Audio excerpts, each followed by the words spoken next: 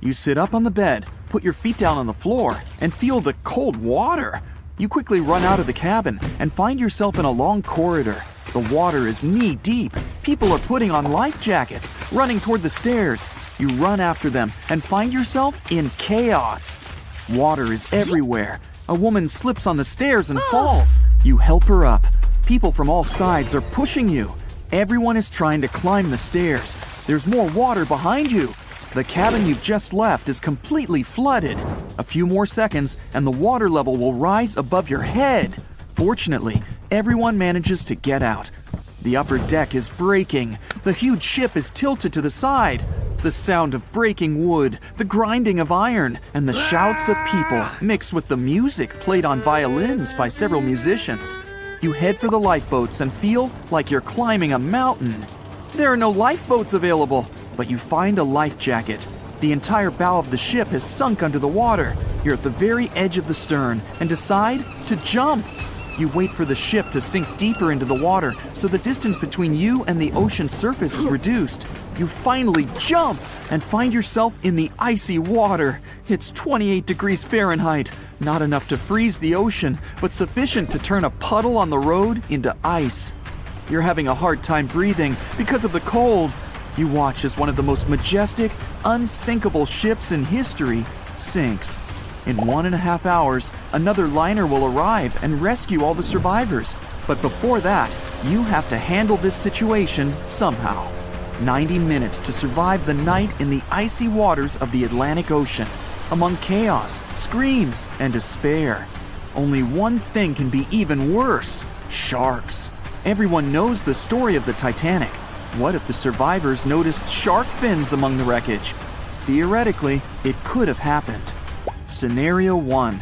The sounds of the crash and the vibrations in the water could attract great white sharks.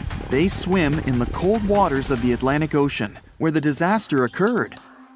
They are some of the most dangerous predators on the planet. They're big, fast, strong, and their 300 serrated teeth are sharp as a blade, lined in several rows. And now, you see a few triangular fins sticking out of the water. They quickly circle you and the other people. You grab a floating wooden piece left from the ship to climb on it. The cold temperature shackles your movements and your hands slip. These sounds attract the sharks. One of the predators stops swimming around and is now heading straight for you. Fear makes your brain shut down and your instincts start working. You try your best to swim away from the shark as fast as possible. Of course, it's useless to run from a fast shark in the water, but you're still trying. 2 seconds pass, and you feel your heel hitting the shark's nose. The other foot goes into its toothy mouth. You scream, feel the sharp teeth on your leg, and shut your eyes, but nothing happens. After a second, the shark lets you go. Great whites rarely attack humans. If they bite, it's just because they want to test you. The thing is, the shark's favorite food is seal. After a light testing bite, the shark understands that you're not a seal. It simply loses interest in you. But if the shark is hungry, then it won't care what kind of animal you are. Those survivors who are safe in the boat have no reason to fear. The great white won't attack them. The predator can push the boat a little, but only to test it. If there's a fridge with steaks on board and someone decides to feed them to the sharks, then problems will begin. Several predators will push the boat until the steaks fall in the water. The shark is swimming away from you. Then, one of the lifeboats picks you up. You're safe. Soon, another liner will arrive, and you'll find yourself in a warm and cozy place. Scenario 2. If the water was warmer, Titanic survivors could encounter bull sharks. You jump into the water from the sinking ship. The water's not so cold. You can easily swim to the nearest floating door. But you notice a tall triangular fin with a dark tip on the top. Unlike the great whites, these sharks aren't fast. They seem lazy and slow, as if they aren't interested in you. But you still need to climb the door as quickly as possible. Bull sharks are some of the most aggressive in the world. They deliberately create the illusion of slowness so their prey relaxes. At the right moment, they become agile and fast. They're called that because of their short, flattened faces, like bulls have, and their bodies are strong. These predators like to ram their prey or other sharks with their heads. As soon as you climb the door, the bull shark crashes into it and you fall into the water. Fortunately, there's a lifeboat nearby. People get you on board. Several sharks slam into the boat from all sides. It gets scary, but with your combined efforts, you keep the boat afloat. Soon, another liner arrives and scares off the predators using its loud signal and the roar of the engine.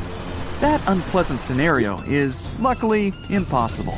Bull sharks swim only in the warm waters of the ocean.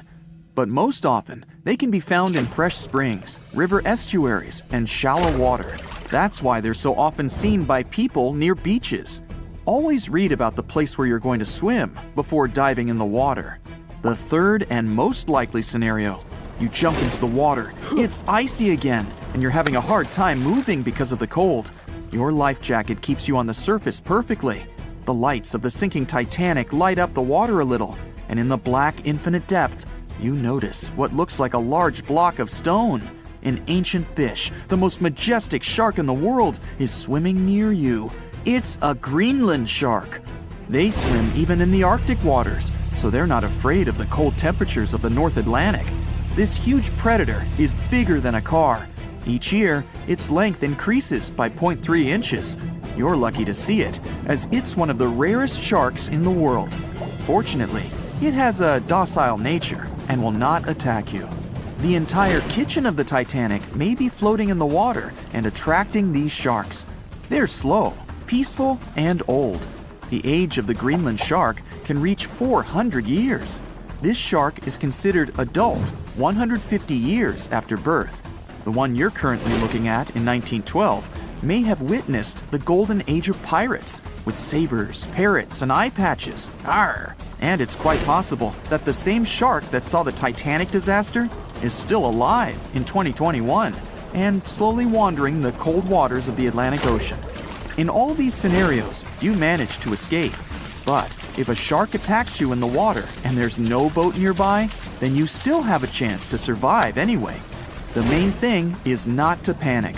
Don't splash or make sudden movements so as not to excite the shark. You're wearing a life jacket, so you don't have to move to stay afloat. Do not swim away from the shark, otherwise it'll think that you're its prey. The shark will be swimming around you, so don't lose sight of it. You can slowly swim away to a boat or wooden boards, anything that you can climb. If you're near the shore, then slowly swim towards it until you reach shallow water. After that, you need to quickly run away. But be careful, the shark can even get you out there, so keep your eyes on it at all times.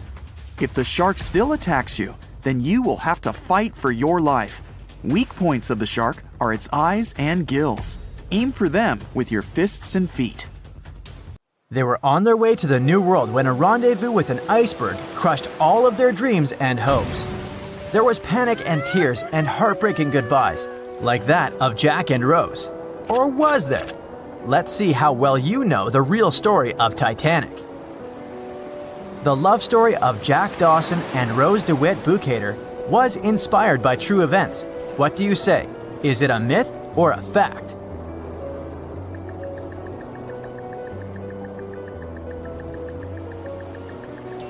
The most emotional Titanic love story was actually all made up by the screenwriter and director of the famous movie, James Cameron.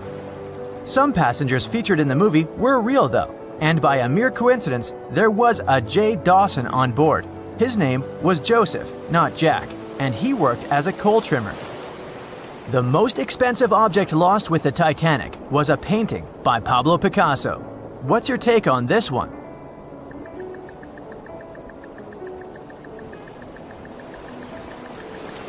It's a myth. Another one given to us by the famous movie. The most valuable item that went down with the Titanic was probably a Mary Joseph Blondell painting, created in 1814.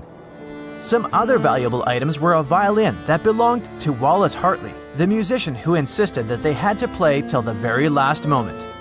There was also a 1912 Renault Type CB Coupe de Ville that would now cost millions of dollars, a handwritten manuscript by Joseph Conrad, first edition essays by Francis Bacon, 5 Steinway grand pianos, and, of course, some fine china plates and cups and first-class passengers' jewelry.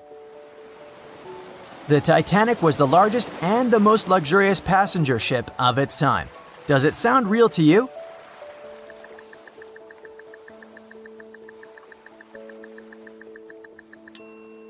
Yep, it's totally true. In April 1912, the Titanic was the largest ship ever built.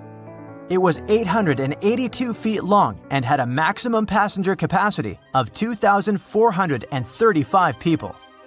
That's not a lot compared to the largest cruise ship of today, the Symphony of the Seas.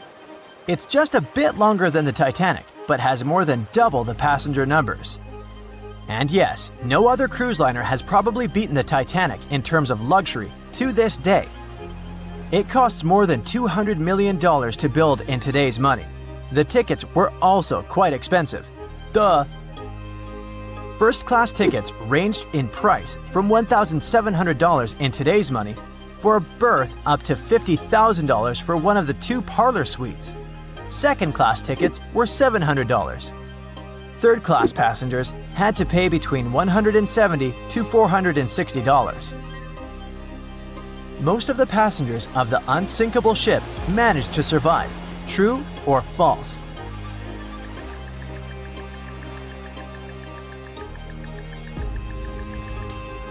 Sadly, it's false. Only 37% of all the passengers actually survived the meeting with the Titanic. Around 61% of the first-class passengers, 42% of the second-class passengers, and 24% of the third-class passengers made it out alive. The Titanic was passing through the Bermuda Triangle when things went wrong, and that's probably why it sunk. What do you say? Myth or reality?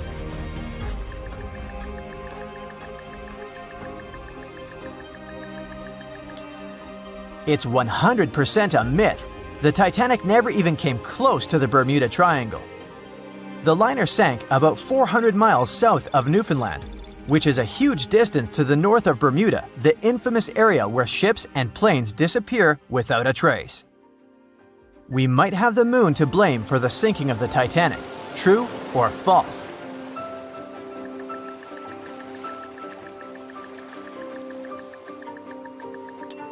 This one is true. The moon heavily affects the tides on Earth. The closer the moon is to the Earth, the stronger the tides are because of the increasing gravity of our satellite. Back in 1912, the moon was so close it made several glaciers in Greenland break apart. Massive chunks of ice that broke off from the glaciers started floating south. The supermoon event came just 6 minutes after a spring tide, the alignment of the moon, the sun, and the Earth that makes their combined gravity reach its peak twice a month. And the day before, our planet had come the closest to the sun that year, which made the gravity even stronger. This mixture of events created perfect conditions for one of the most powerful tides in history.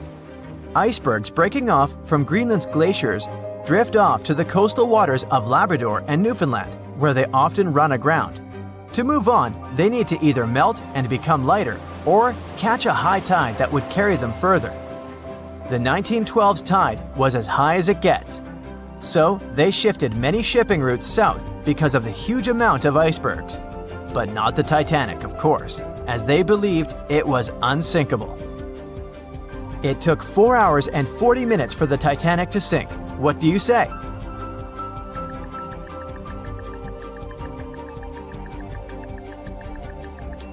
It's false, and if you're a Titanic expert, you definitely know it was actually 2 hours and 40 minutes. And this was slow enough, given the damage caused by the iceberg. It didn't sink faster, thanks to the ship's construction. There were 16 watertight compartments in the lower part of the ship. They worked as a lifeline. When the iceberg crashed into the hull, it broke into 6 boxes. The Titanic could have stayed afloat only if 4 compartments had been damaged. Water filled the first 6 compartments within 1 hour. During this time, the ship tilted slightly to the right side.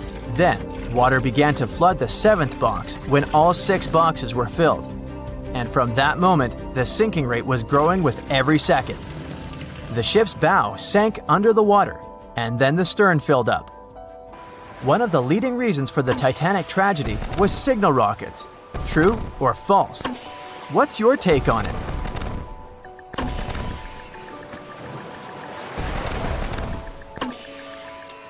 This one is true. When any ship sinks, the crew members must release red flares. It's a signal to all nearby ships that someone is in trouble. But for an unknown reason, someone put white lights in the Titanic's rocket box. When the ship crashed into an iceberg, the crew members released white flares. Another ship, SS Californian, was nearby at the time.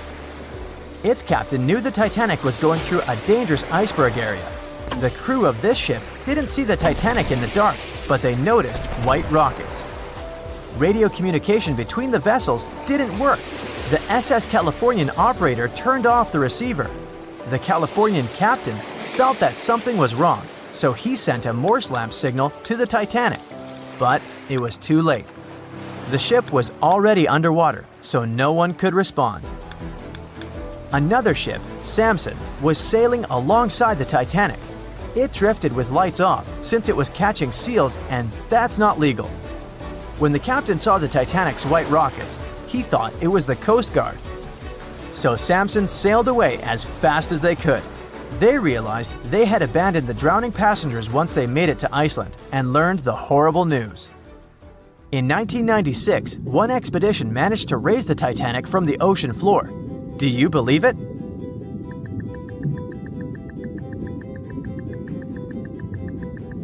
If you don't, you're right. There were different ideas on how to raise the Titanic, from doing it with compressed air to putting it in wire mesh and covering it with liquid nitrogen, or using giant magnets.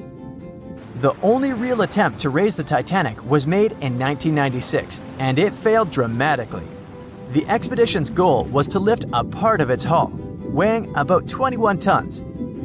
It would still have been the largest piece to see the sunlight again, if the operation had succeeded, that is. They lowered 4 large bags filled with diesel fuel to the bottom of the ocean and attached them to the hull plate. Then, the fuel bags were released and they started lifting the pieces on their own. The plate was about 200 feet below the surface when the weather got rough. The expedition members decided to tow the part to calmer waters around 80 miles away. Long before they reached the towing destination, half of the plate broke off and sank to the bottom again. 2 of the lifting bags seemed to have broken loose, and the hull went down. The Titanic will most likely crumble to dust halfway up if someone tries lifting it again. So, how many correct answers do you have? Let me know in the comments below. On April 10, 1912, crowds gathered at Southampton Beach to wave off what was, at the time, the world's largest and most prestigious ship, the RMS Titanic. The cost of the most expensive first-class parlor ticket was $4,350. That's around $70,000 in today's money. But barely 5 days after steaming away, the ship was swallowed by the Atlantic Ocean. So let's rewind and go back to what actually happened on that fateful night. The captain wanted to set a speed record for the ship's maiden voyage and arrive early. The ship was deemed unsinkable, so he went full throttle into the dark Arctic waters. After spotting the 100-foot iceberg, the crew desperately tried to steer the vessel away and avoid the collision, but the Titanic was traveling too fast, and the iceberg tore down the side of the ship, creating a huge opening in the hull. It wasn't a continuous rip, and damage was caused in several places. In total, the damage spanned along an area of around 300 feet. But the ship's designers had prepared for the prospect of a collision and added watertight compartments down each side of the ship to act as a buffer zone. 4 of these compartments could be breached and the ship would still stay afloat.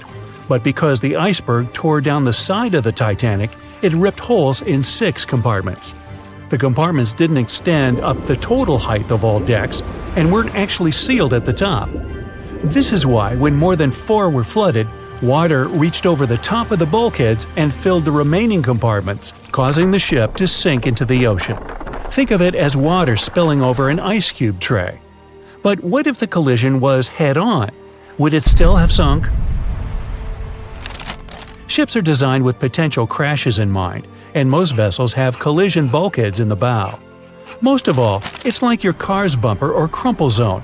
It's a safety feature that can withstand a direct hit. The bow could have taken some of the impact, and some experts have suggested that if it hit head-on, only 2 to 4 of the watertight compartments would have been flooded. So, in theory, The Titanic might not have sunk, and it might have even been able to continue sailing to its final destination at a much slower speed. The force of impact would likely have been huge, though. But although passengers would have been injured by the force, they'd have been able to stay on the ship to wait to be rescued by other ships, rather than being forced into the icy waters of the Atlantic. Still, one of the Titanic's designers, Edward Wilding, suggested that the force of the impact might not have actually been that big. He told the British Inquiry that lots of people scarcely felt the collision, and he believed the ship would not have sunk if it did hit the iceberg head-on. The ship was also designed with remotely operated watertight doors between all compartments, so any floods could have been quickly sorted out. Because Titanic had 6 breaches from the side collision, and because it happened so quickly, sealing the doors wouldn't have made a difference, as it was essentially impossible to save it by that point. The ship immediately began to flood, with water pouring in at a rate of roughly 7 tons per second, 15 times faster than it could be pumped out. So, while it sounds like the Titanic would have survived had the ship hit the iceberg head-on, this idea does come with some issues. First off, the collision bulkheads were designed to survive a crash with another ship, not a giant iceberg. If 2 ships collided, both would absorb some of the impact in their bulkheads, sharing the impact and likely staying afloat. But an iceberg is stationary, meaning that Titanic would absorb most of the energy from the collision. If Titanic hit head first, because of the speed it was traveling, the impact would have likely traveled down the whole body of the ship. Just imagine a 46,000-ton ship traveling at around 20 knots. At some point, it hits an iceberg that weighs what could be over 100,000 tons. This collision would likely create a powerful force causing massive damage to the vessel. It is likely that seams would split, staircases would come tumbling down, and rivets would burst open across the ship. All that would have potentially flooded even more compartments. This could have caused Titanic to sink in a matter of minutes rather than hours. But that's just the tip of the iceberg. As we all know, the biggest part of it is hidden underwater. So if Titanic had been traveling head-on, it's likely it would have hit the part of the iceberg below the water first, which would send it veering off course. Hitting an iceberg is not like hitting a brick wall. In this case, the ice under the water would have torn open the bottom of the ship and caused damage to the sides. Icebergs also aren't flat, solid objects. If a flat collision happened, the ship might have stayed afloat, but icebergs come in many shapes and sizes, from domes to wedges. Studies have also been done on the steel used to produce Titanic, and the tests show the metal was about 10 times more brittle than the steel we use today. The ship was built before we understood the effects of low temperature on steel. The old steel used to make the vessel would not bend when faced with freezing temperatures, but break. Recovered pieces of Titanic's hull plates show that the hull just shattered on impact. Hitting head-on would also cause a very severe and abrupt stop, so even if the ship hadn't sunk, there would still have been major issues. Think about when you suddenly hit the brakes on your car, or when the bus stops while you're walking down the aisle and you get flung forward. Passengers would have been thrown across the ship, and because the crash happened at night, most people were sleeping, so wouldn't be able to effectively prepare for any sort of impact. This would result in injuries for most people on board. It would be especially bad for those at the front of the ship, where the accommodation for the off-duty firefighters, greasers, and engineers was. But while passengers and off-duty crew may have been thrown out of bed, there would be a lot more survivors than in the original scenario. Many ships have had head-on collisions and made it back to shore. Not many people know that Titanic actually had 2 sister ships. The White Star Line, the company that built Titanic, also built vessels called Britannic and Olympic. Captained by Edward J. Smith, who would later helm Titanic, the Olympic set off on its maiden voyage in June 1911. But much like for its sister ship, disaster was just around the corner. On its 5th commercial voyage, Olympic collided with a Royal Navy ship, HMS Hawke. While the Olympic received damage to its side, Hawke crashed into the other vessel head-on. The bow of the Hawke was completely crushed by the collision, but because the ship had watertight compartments, it managed to survive the impact and later returned to shore for repair. Another study case is the SS Doria, which was an Italian ocean liner that made global headlines in 1956. Like the Titanic, the Doria was heading for New York City on its 101st voyage when disaster struck. On July 25th, the vessel collided with the 524-foot Swedish passenger liner Stockholm. The Stockholm hit the ship head-on, but the point of impact for the Doria was on its side. The front of the Stockholm was completely smashed, but because the impact was on its hull, it managed to survive. The Doria, however, sadly sank due to the collision being on the side of the ship. So these cases could suggest that maybe the Titanic would have survived had it hit the iceberg head-on. But we have to remember that the Titanic hit the thing full speed, whereas both the Olympic and the Doria were traveling slower. A beam of electric light pierces the darkness over the calm waters of the Atlantic Ocean. The Titanic is quietly making its way through the waves, its passengers asleep, when suddenly a monstrous white shape is caught in the light beam. The fateful iceberg is about to rend the side of the legendary ship.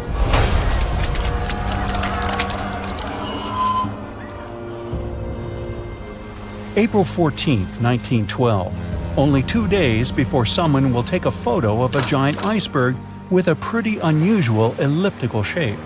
It turns out that this iceberg most likely formed out of snow that fell 100,000 years ago. Researchers used computer modeling to figure out its origin. They used data from 1912 and added some new information about winds and ocean currents.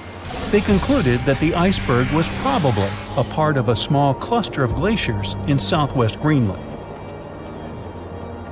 These days, it's possible to calculate the routes of such icebergs in any given year in the past. So the infamous chunk of ice was on its way from Greenland to an area further south from Cornwall. If the ship had passed through that region only 2 days later, the iceberg would have moved far away from the point where they met. At first, the weight of the most well-known iceberg in the world was 75 million tons. With time, it started to slowly melt away. And when it sank the Titanic, its weight was only 1.5 million tons. By the time of the collision, it had probably been melting for months, but it was still a true monster. When the Titanic sank, the iceberg was 400 feet long, and more than 100 feet of its surface was above the water. Some people believe it was a supermoon that caused the Titanic to sink. That night, there was a rare lunar event. It hadn't happened for 1,400 years. In normal conditions, the iceberg wouldn't have traveled so far south without melting and losing the largest part of its mass. But the supermoon could have been the reason for an unusually high tide that pulled the iceberg away from the glacier way faster than usual. There's a specific type of bacteria that slowly consumes the remains of the Titanic. Salt corrosion, ocean currents, freezing temperatures, plus this rust-eating microorganism might consume the entire wreckage. American actress Dorothy Gibson was aboard the Titanic. She survived, and when she arrived in New York, she started filming a movie called Saved from the Titanic almost right away. The movie was released only a month after the Titanic sank, and in the movie, she even wore the same shoes and clothes she had during the actual disaster. The movie was a big success at that time, but the only known copy was destroyed in a fire. 14 years before the Titanic sank, a novella called Futility had been published, and it seemed to have predicted the whole event. The plot centered around a fictional ship called the Titan that sank during its voyage. The Titan was almost the same size as Titanic, and they both went to the bottom in April. The reason was hitting an iceberg, too. Both the real and fictional ships were described as unsinkable, and both of them had the legally required number of lifeboats, which, as it turned out later, were nowhere near enough. We've seen it in the movie, but there were some real-life love stories happening on the Titanic, too. 13 couples even took a trip on the Titanic as part of their honeymoon. One of the couples owned Macy's department store in New York. Once it became clear the Titanic was rapidly sinking, the woman refused to go into a lifeboat without her husband. But he didn't want to join her while there were still women and children who he thought had to go first. Then his wife gave her coat to her maid. She insisted that the maid should get into the lifeboat, and she wanted her to be warm. As for the woman herself, she decided to stay with her husband till the end. Some people believe Titanic sank because of a mummy, not an iceberg. It all started around 1000 BCE with a mysterious woman who lived in Egypt, in the City of Thieves. People knew little about her, but they called her a priestess. Her mummy was put in a wooden sarcophagus and covered with a large lid with the image of her face and some mystical inscriptions. This place had been hidden until the first half of the 19th century, when a group of locals accidentally came across it. They disturbed her peace. No one knows how, but the mummy disappeared that day without a trace. A couple of decades later, a group of rich friends from England traveled to Egypt and found the empty mummy casket with the image of the priestess, whose dark eyes seemed to be looking into the void. They decided to buy it, but the buyer disappeared the same night before he even got the case. All members of the group had some accidents. The casket changed its location a couple of times until it, as some believe, ended up on the Titanic. It took more than 70 years for a robot submarine to find the ruins of this legendary ship. The wreck lies nearly 13,000 feet under the surface of the Atlantic Ocean, split into two halves. Why did the liner break apart? No one knows exactly. Some think it happened because of the water that got inside when the ship collided with the iceberg. The pressure was so powerful it separated two parts of the vessel, starting with the ship's bottom structure. Others say it was because of the hull rivets. They had a high concentration of slag or smelting residue, and that's something that can cause the metal to split apart. The ship generally had many flaws, starting with the design. The watertight bulkheads weren't completely sealed on top. This allowed the water to flow between the compartments and, in the end, sink the vessel. The iron of the ship's rivets and steel of the hull ended up ruined because of high sulfur content, cold temperatures, and high speeds. The steel shattered and the rivets popped out quite easily. Because of this, Titanic sank 24 times faster than it would have otherwise. If the ship had hit the iceberg head-on instead of ramming it with its side, it would have probably stayed afloat. How come the crew members didn't have binoculars? It would have surely helped them spot the iceberg on time and maybe even avoid the disaster. But the binoculars on the Titanic were locked in a storage cabinet. Only one crew member had the key, and he had been transferred off the ship right before it set sail. He later said he hadn't remembered to hand over the key. But even without the binoculars, the ship might have had some time to change course and avoid the collision if the crew had gotten some warning. But that's the thing, someone did warn them. About an hour before the incident, a ship that was relatively close to Titanic, the SS Californian, sent a message to inform them it had stopped because of dense ice field. But the warning never got to the Titanic's captain. Some experts say it was because the radio operator didn't think it was that urgent. And later, the SS Californian said they didn't get a call for help from the Titanic because their radio operator was off duty. Some say the crew on the Titanic couldn't spot the iceberg on time because of an optical illusion. Atmospheric conditions that night probably caused super refraction, which could have camouflaged the berg. After all, no one actually saw the iceberg until it was too close to the ship to somehow avoid the crash. Not even a whole minute passed between the moment they saw the iceberg and the collision.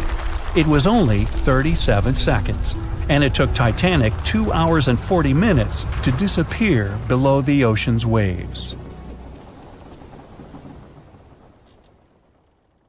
In the Titanic movie, you won't see any fumes above the fourth funnel of the legendary ocean liner, and it's not a mistake. Back in 1911, the year before the Dream ship's departure, large ships would mostly sail with 4 chimneys. They needed those to draw heat and fumes from their massive boilers.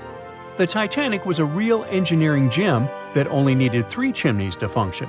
So the 4th was added for balance and more impressive looks.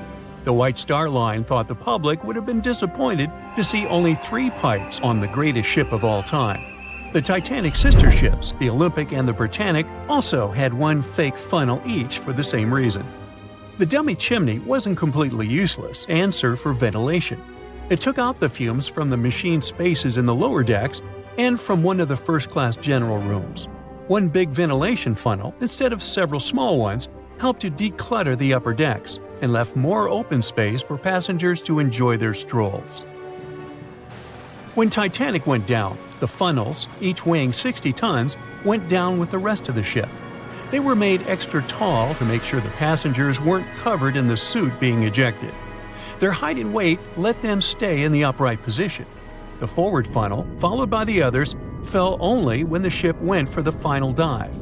Those chimneys were much lighter than the bow, so they spread among other debris. The light material they were made of flattened once it hit the bottom, and the iron-eating bacteria living deep down took care of it later. The bow of Titanic remained intact when it hit the seabed, but the stern was completely mangled. When the famous ocean liner hit that iceberg, things got really messy. It took the future movie star a whole 2 hours and 40 minutes to submerge completely. The collision let water flood 6 out of 16 watertight compartments. As the water gushed into the starboard side, the ship started to tilt down in the front and a bit to the right. By midnight, the damaged compartments were spilling water into others, and it was chaos because these compartments were only watertight horizontally. Soon enough, water started flooding through the anchor chain holes, and by 2 a.m., the bow was sinking, and the stern's propellers were lifted out of the water.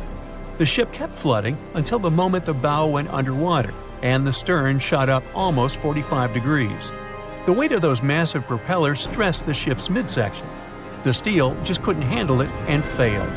Survivors described that moment as some loud noise, like breaking china or falling gear. That was the Titanic's upper structure giving in. By 12 past 2 a.m., the bow and stern were only connected by the inner bottom structure. Minutes later, the bow, weighing almost 16,000 tons, broke loose from the stern. The stern rose sharply to an almost vertical position and started sinking slowly. By 2:20, it disappeared underwater. The bow was cruising down at about 13 miles per hour and had hit the ocean floor almost a half an hour before the stern. The 2 parts of the Titanic now lie 2,000 feet apart, pointing in different directions. The bow remained mostly intact, just covered in mud. The stern turned into a tangled wreck because of the implosions it went through during the descent. The air trapped within the structure just couldn't handle the increasing pressure of the water deep down. Signal rockets played a big part in the Titanic's tragedy. When a ship goes down, you're supposed to shoot up red flares to signal trouble. But someone decided to stock Titanic with white lights instead of the usual red ones. So when the ship smacked into that iceberg, the crew fired off white flares. The SS Californian was passing nearby, and his captain knew the Titanic was in a dangerous iceberg zone. The crew didn't spot the sinking Titanic, but they sure saw those white rockets. The radio between the ships was useless because the Californian's operator switched it off. The captain had a gut feeling something was off, so he flashed a Morse code light signal at Titanic. But he received no reply because the Titanic had already gone underwater. There was another ship, Samson, sailing alongside the Titanic. It had plenty of illegally hunted frozen seal meat from Canadian waters abroad, so it was sailing with lights off to remain unnoticed. When they saw the Titanic's white rockets, they thought it was the Coast Guard and zoomed away. Samson didn't have a radio, so they couldn't find out about the ongoing disaster. The crew got the news about Titanic only when they got to the coast of Iceland the following month. There have been many theories to explain the Titanic tragedy, and one of the recent ones says that there was a fire involved. An Irish journalist went full detective for decades, digging into the mystery, and stumbled upon a game-changer. He came across a photo album that had been hiding from the public for a century after the tragedy. In the pictures, taken at the Harland and Wolff shipyard in Belfast, Northern Ireland, just over a week before the liner sailed, you can clearly see a massive 30-foot black spot on the ship's hull. Maloney researched the photos and eyewitness testimony from the time and claimed that a fire spontaneously broke out inside of one of Titanic's enormous coal bunkers. It was raging for a whole 3 weeks and messed with the metal, critically weakening a crucial segment of the ship's hull. Back then, most ships had just one hull, so it was the only skin the Titanic had. That's why the Iceberg managed to punch a hole through the ship so easily. If it hadn't been for the fire, the Titanic might have shrugged off that iceberg collision. The company operating the liner knew about the fire, but they decided to conceal that fact. They didn't want any negative stories in the press as they faced some serious competition in transatlantic voyages. The Titanic was sold out, so they stocked up on coal and made it sail. The moon might have also played a role in the sinking. Our satellite heavily affects tides on the Earth. The closer it is to our planet, the stronger the tides are because of the increasing gravity of the moon. Back in 1912, the moon was so close it made several glaciers in Greenland break apart. Massive chunks of ice that broke off from the glaciers started floating south. The Supermoon event came just 6 minutes after a spring tide. During new and full moons, the alignment of the moon, the Earth, and the Sun makes their combined gravity reach its peak. And the day before, our planet had come the closest to the Sun that year, which made the gravity even stronger. This mixture of events created perfect conditions for one of the most powerful tides in history. It created the perfect conditions for the icebergs breaking off from Greenland's glaciers to move freely. Opponents of this theory say that the difference in tidal force wasn't actually that big, and it couldn't have been the main cause of the sinking. The iceberg tore down the side of the ship, leaving a huge opening in the hull. It wasn't a continuous rip, and damage was caused in several places. Some experts believe the ship would have survived the iceberg if it had hit head-on. The Titanic had watertight compartments designed to prevent flooding in case of a collision. Only the first 3 or 4 of these compartments would have been flooded. This could have helped save a lot of lives. Supporters of this theory put the blame for the disaster on First Officer William Murdoch. Huge, fast-moving ships don't just turn in a matter of seconds like a speeding car. It takes minutes. When Murdoch realized the collision was inevitable, he tried dodging left to avoid a direct hit. But despite his efforts, the ship still collided with the iceberg. You know the rest. Can you guess how many theories of the Titanic's sinking exist? Right, loads, including a theory of my own, which I'm going to share with you today. And then you can decide which one seems most likely to you. One Piece theory. The very first version of the events was the One Piece theory. It's very simple and basically claims that the sinking happened without any breakups. 2:15 a.m., the ship collides with an iceberg. 2:18 a.m., the lights go out. The ship reaches an angle of 45 degrees and then quickly begins its final plunge into the ocean depths. 2:20 a.m., only about 3 minutes later, the RMS Titanic disappears under the surface of the ocean for good. The liner doesn't break. It just goes down as a whole piece. Of course, this can't be true. In April 1912, the Titanic was not only the largest ship in the world, but also the largest ship ever built. It's hard to believe that such a heavy vessel could have gone down without breaking. That's just impossible. Well, I mean, you can't blame the theorists. Before we found the wreckage, there were no other theories. Wait a minute, or were there? The day after the disaster, the survivors gave their interviews. They talked about what had happened, and some of them claimed that the ship had actually broken in two when it had been flooded. For example, Jack Thayer, a 17-year-old boy, outlined the sinking as he remembered it, and L.D. Skidmon drew a sketch based on his description. The picture clearly showed the ship breaking in half. But no one believed Jack or other witnesses. There was no evidence, so their claims were received with a grain of salt. But in 1985, things changed. First, breakup theory. That's when Robert Ballard found the wreckage of the Titanic in the depths of the ocean. When people saw the wreckage, it became clear that Jack and the other survivors had been right. The Titanic did indeed break in two when it sank. So it's time for a new theory. 2:15 a.m. The keel breaks.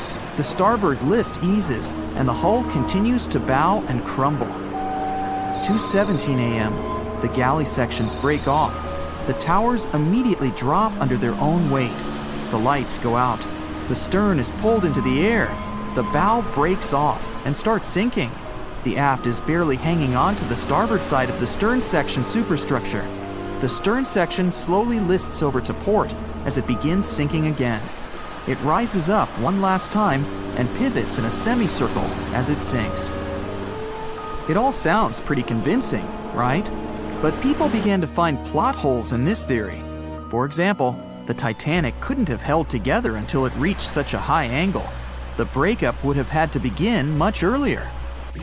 This only meant there was still a vast field for research and speculations. So people started to come up with their own possible scenarios. How about we look first at the ones no one likes? V-break and Aaron 1912 V-break. According to the first breakup theory, the Titanic reached a high angle, and the weight of its unsupported stern caused it to crack from the top down. But it's physically impossible. So, are there any other ideas? In 2006, Roger Long, a naval architect, decided to research a so-called V theory. 2:17 a.m. The breakup begins at a shallow angle, perhaps as little as 11 degrees. The upper structure fails and starts to crack. At this moment, only its double bottom is holding the Titanic together, but it starts to bend under the strain too, failing the ship. Water is pouring through the crack. It increases the weight in between the two sections, bending the Titanic the other way and pulling it into shape somewhat resemblant to the letter V. The upper decks get mangled and bent together. The bow heads for the bottom, and the stern is the last to sink. This theory has since been disproven many times, though. Roger Long believed it because the broken edges of the upper decks in the Titanic's bow section were all mangled and crushed. However, we have learned that it happened because of the so-called hydraulic downburst, the force of the water crashing into the deck as the Titanic hit the ocean floor. Another V-break theory states that the bow had risen out of the water after the break. This theory was mainly peddled by one former Titanic enthusiast. But not only has this theory been proved to be physically impossible due to the bow's incredible mass, it was also inspired by incorrect information. Remember Jack Thayer? Well, it was based on his sketch and the words of a couple of passengers. But the truth is, none of them had ever seen the Titanic break down like this.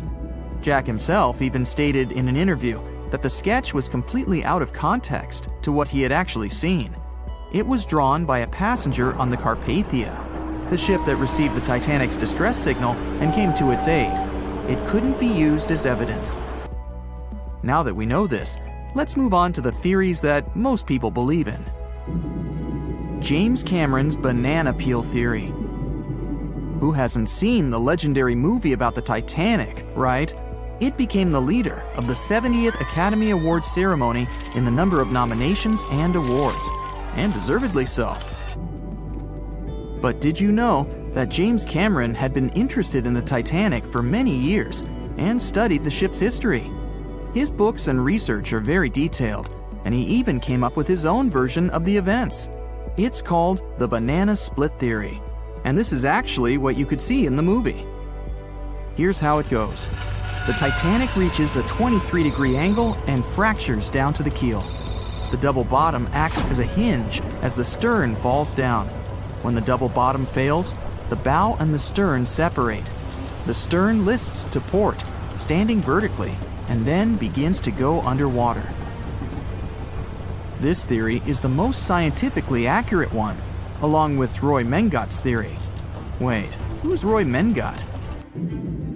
Mengat theory. Roy Mengat was an engineer who came up with the most plausible theory for the time being. 2:17 a.m. The lights go out on the Titanic. At this moment, the ship is at an angle of 20 to 23 degrees. Suddenly, the vessel snaps in two just around the third funnel. It causes the stern to settle into the water. The keel fails first. The draft and lower hull are crushed and break apart.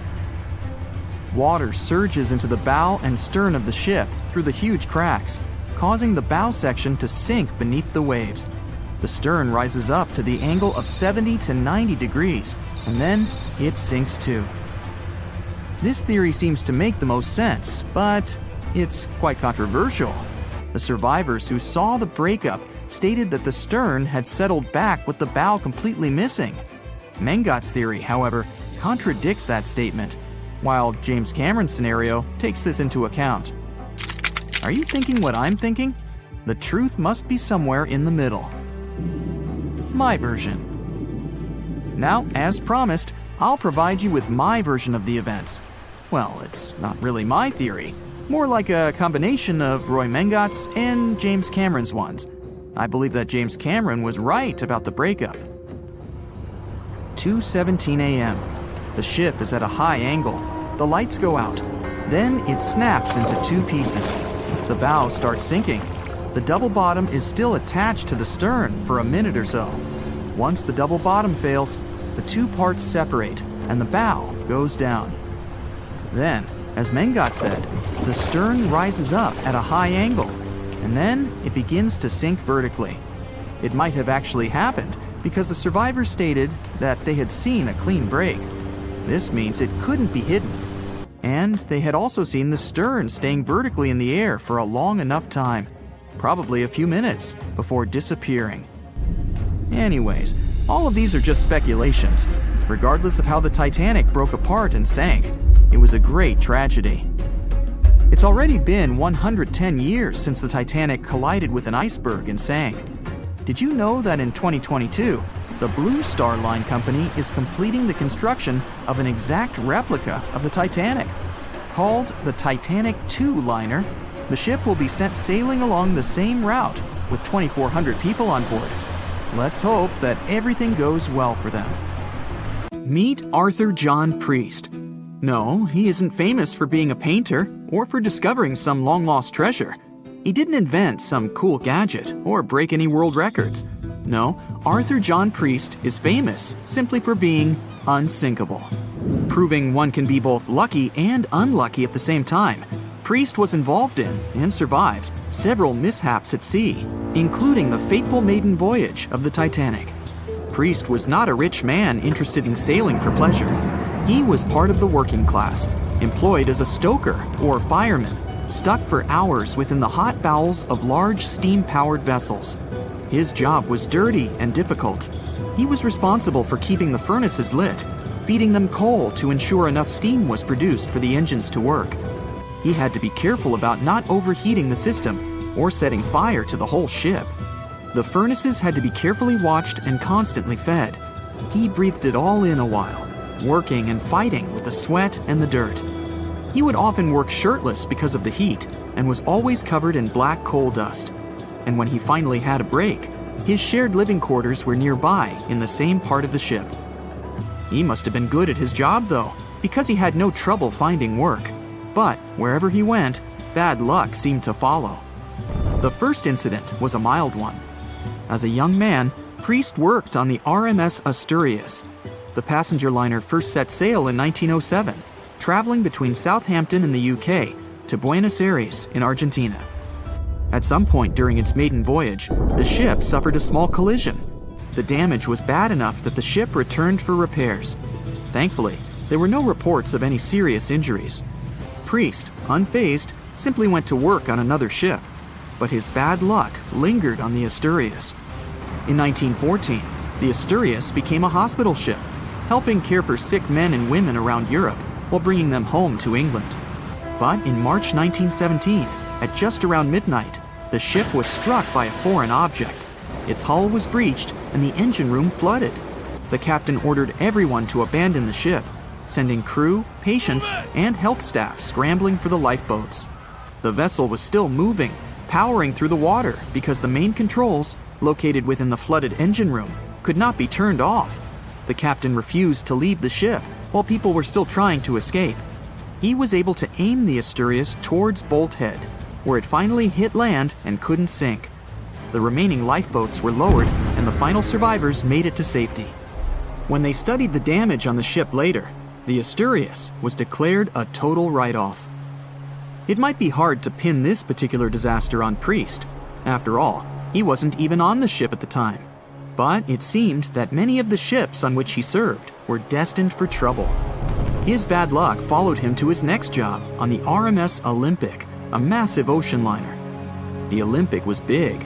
In fact, it had been designed and built as part of the fleet that included the Titanic. But with size came sacrifice. The Olympic was great at moving in one direction, but very difficult to handle when it needed to turn. It was September 1911. The Olympic was trying to alter its course. The Hawk, a smaller ship sailing nearby, didn't give the larger vessel enough room to maneuver, and the two slammed into each other. Because the Hawk was engineered to deal with potential confrontations when out at sea, its reinforced bow tore through the Olympic. Two large gashes appeared on the ocean liner's side. The propeller shaft was badly twisted, and worse, the ship began to take on water. Somehow, the Olympic made it to shore without sinking, and nobody was seriously hurt. Priest had no idea that this was just a small taste of what his future held for him. He next found employment on a brand new ship, a better ship, an unsinkable marvel that was said to be the biggest vessel to have ever been built. Yes, he was going to work on the Titanic. And what a job! It took 29 boilers, requiring 850 tons of coal a day to produce enough steam to power the Titanic. Priest was just one of 150 stokers toiling away in the ship's underbelly, keeping those fires burning day and night. He made around $30 a month. But on April 14, 1912, he would find himself flung from a world of extreme heat to one of blistering cold. At approximately 11:35 p.m., the crew spotted an iceberg. The Titanic tried to avoid it, but the alarm had been sounded too late. 5 minutes later, the two collided. The iceberg tore through the hull, and the once watertight compartments inside were badly ruptured. As the cold Atlantic water flooded in, the ship began to sink. Distress signals were sent, but the closest ship, the Carpathia, was over 3 hours away. In the dark of night and stuck in the middle of nowhere, the crew and passengers panicked. Those who could scrambled for the lifeboats. Others jumped into the icy waters. In total, only 706 survived that terrible night. Priest, at the time of the collision, was down in the ship's lower quarters. He was on break, relaxing from a hard day of work. And as the ship went down, so did his chances of survival. He and his fellow workers were in the most dangerous position on the ship. They had to make their way through a maze of corridors and gangways, some of which were flooded, in a mad dash to the deck. And then they faced the frigid water, jumping in and desperately swimming to safety. The ocean was so cold that Priest even suffered frostbite before finding his way onto a lifeboat. He was one of only 44 stokers to survive that night. After an experience like that, most of us would never set foot on a boat again. But Priest had to work. His next job also ended in disaster. He was offered employment on the HMS Alcantara. It went down in 1916, and Priest was again one of the few to make it to safety. He was badly wounded in the process. But he kept pressing his luck, and his next job as a stoker may have felt eerily familiar. He would be working on a ship built by the same people behind both the Olympic and the Titanic. And this ship, named the Britannic, was the biggest of the three.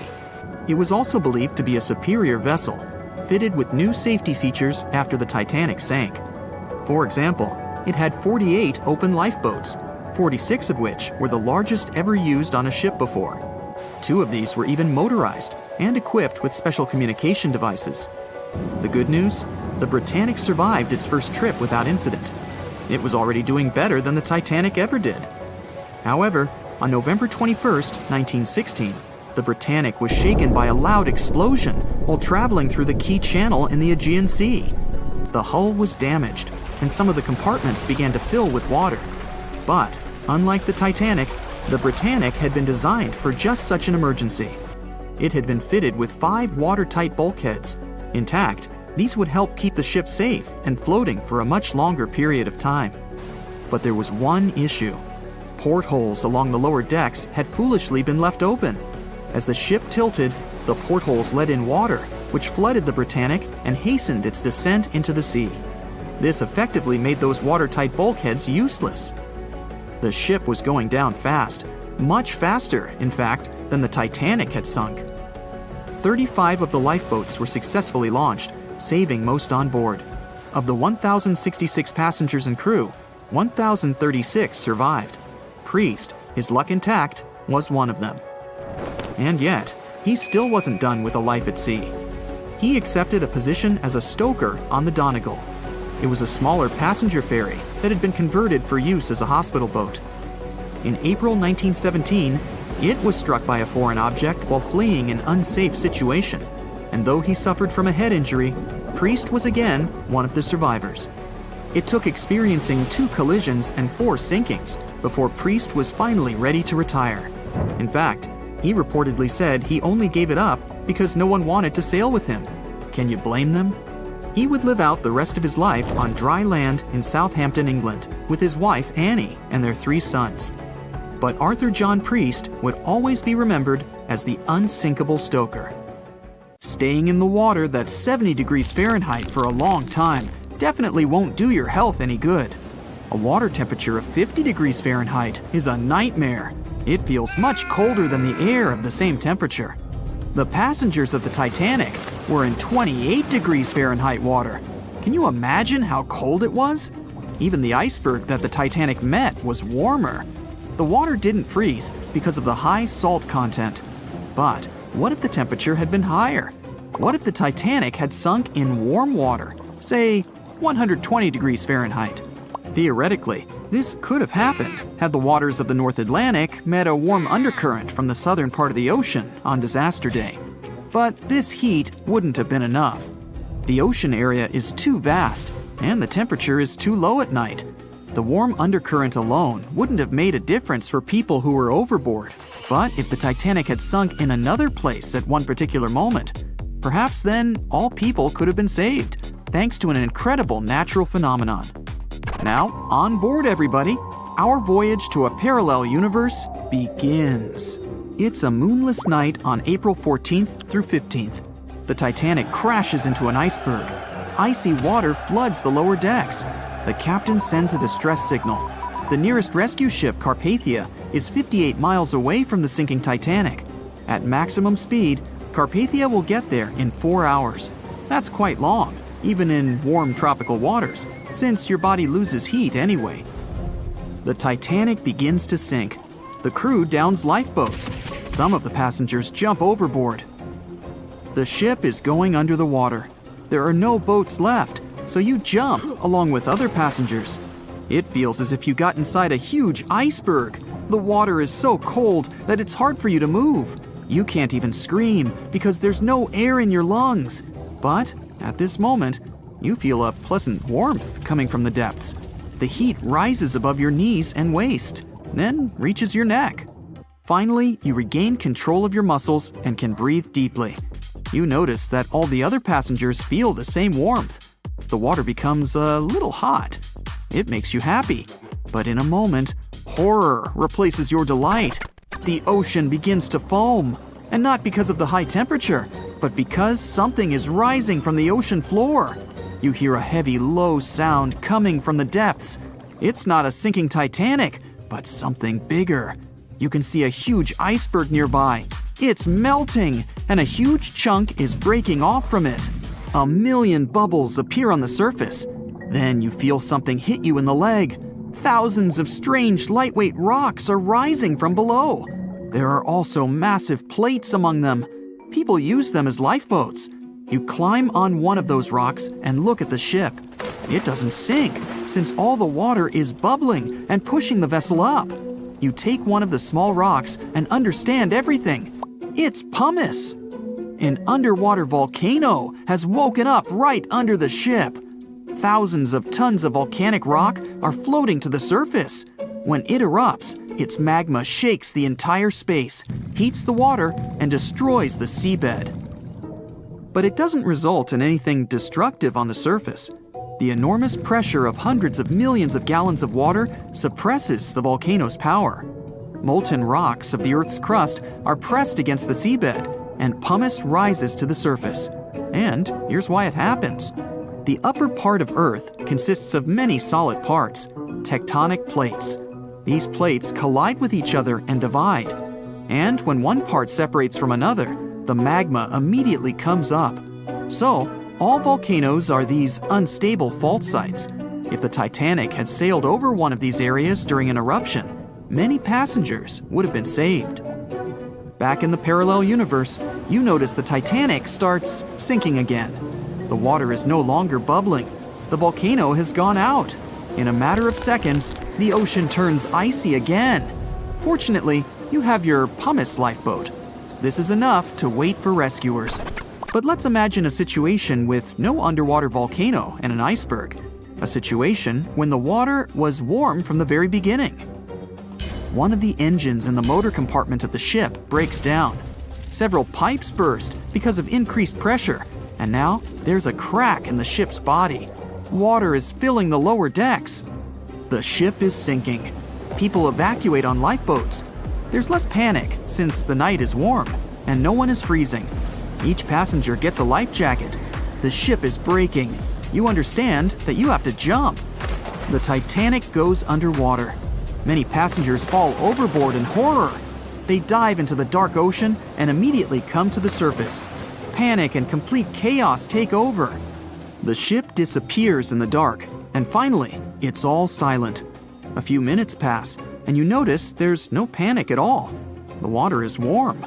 Almost all passengers have life jackets. Someone is floating on the wooden ship wreckage. After a couple of hours, the water no longer seems so comfortable. The ocean takes away your body heat. To keep warm, passengers swim closer to each other in a tight circle. Yeah, now it's quite possible to wait for another couple of hours till the rescuers come. People on lifeboats sail closer and take those who freeze on board. Passengers take turns, 20 minutes in the water, then 20 minutes in boats. It's essential not to take your clothes off. Even a wet outfit helps keep your body warm for longer.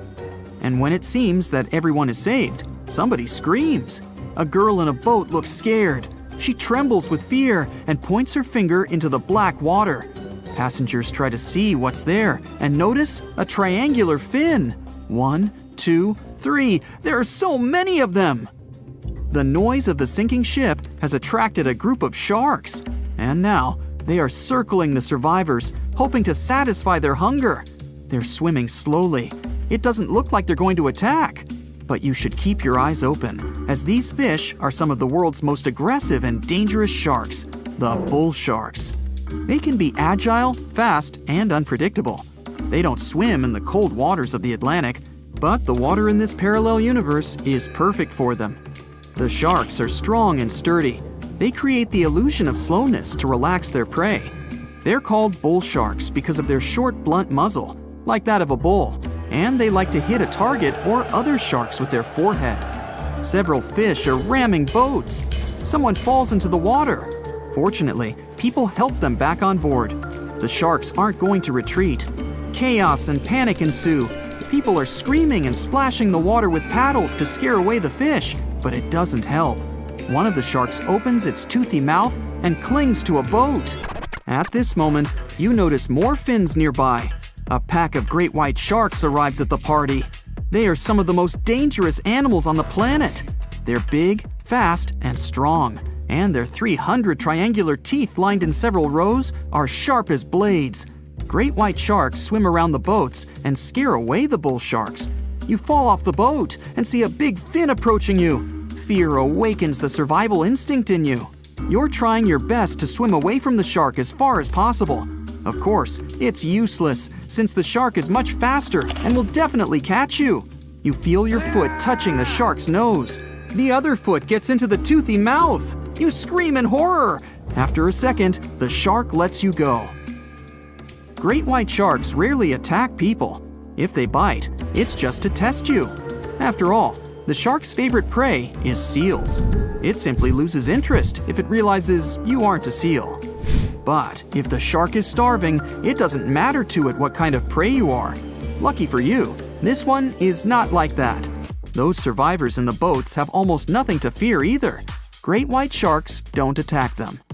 They can push boats slightly, but only to test them. The great white shark is swimming away from you. But a bull one appears, and it looks like it's hungry. The shark is swimming towards you, opens its mouth, and a loud ship horn penetrates the water. This is the RMS Carpathia that has come to the rescue. All the sharks swim away scared. All passengers are saved. Back in our universe, another ship that had been nearby could have saved the passengers much earlier. But that's another story. You know SOS, don't you? 3 dots, 3 dashes, and 3 more dots. It's an easy enough signal to tap out in Morse code. It means save our souls or save our ship.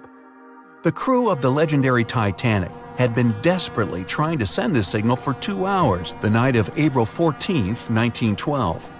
There were other ships not too far from the spot where the iceberg took down the mighty Titan of the sea.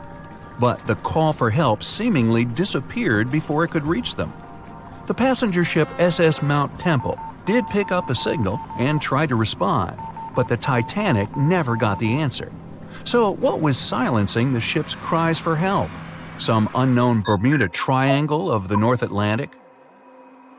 Consider this. Eyewitnesses say the sky was painted with a brilliant Aurora borealis that cold, fateful night. Beautiful, yes, but on that day, the northern lights may have sealed Titanic's fate for good. You see, the Aurora borealis forms thanks to geomagnetic storms. Sounds complicated, but those are basically fluctuations in the Earth's magnetic sphere. And what causes those is the sun itself. The magnetic sphere is like a protective bubble that surrounds our planet.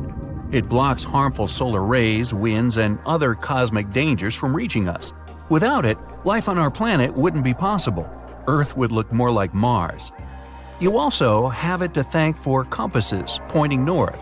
Experts know the Earth's magnetosphere affects navigational equipment, or disrupts it. Which brings us back to the Titanic. Recently, a published weather researcher named Milvina Dean proposed a theory that solar flares, which provoked a geomagnetic storm, could have played a major role in the Titanic's untimely demise. Solar flares make themselves known on Earth all the time.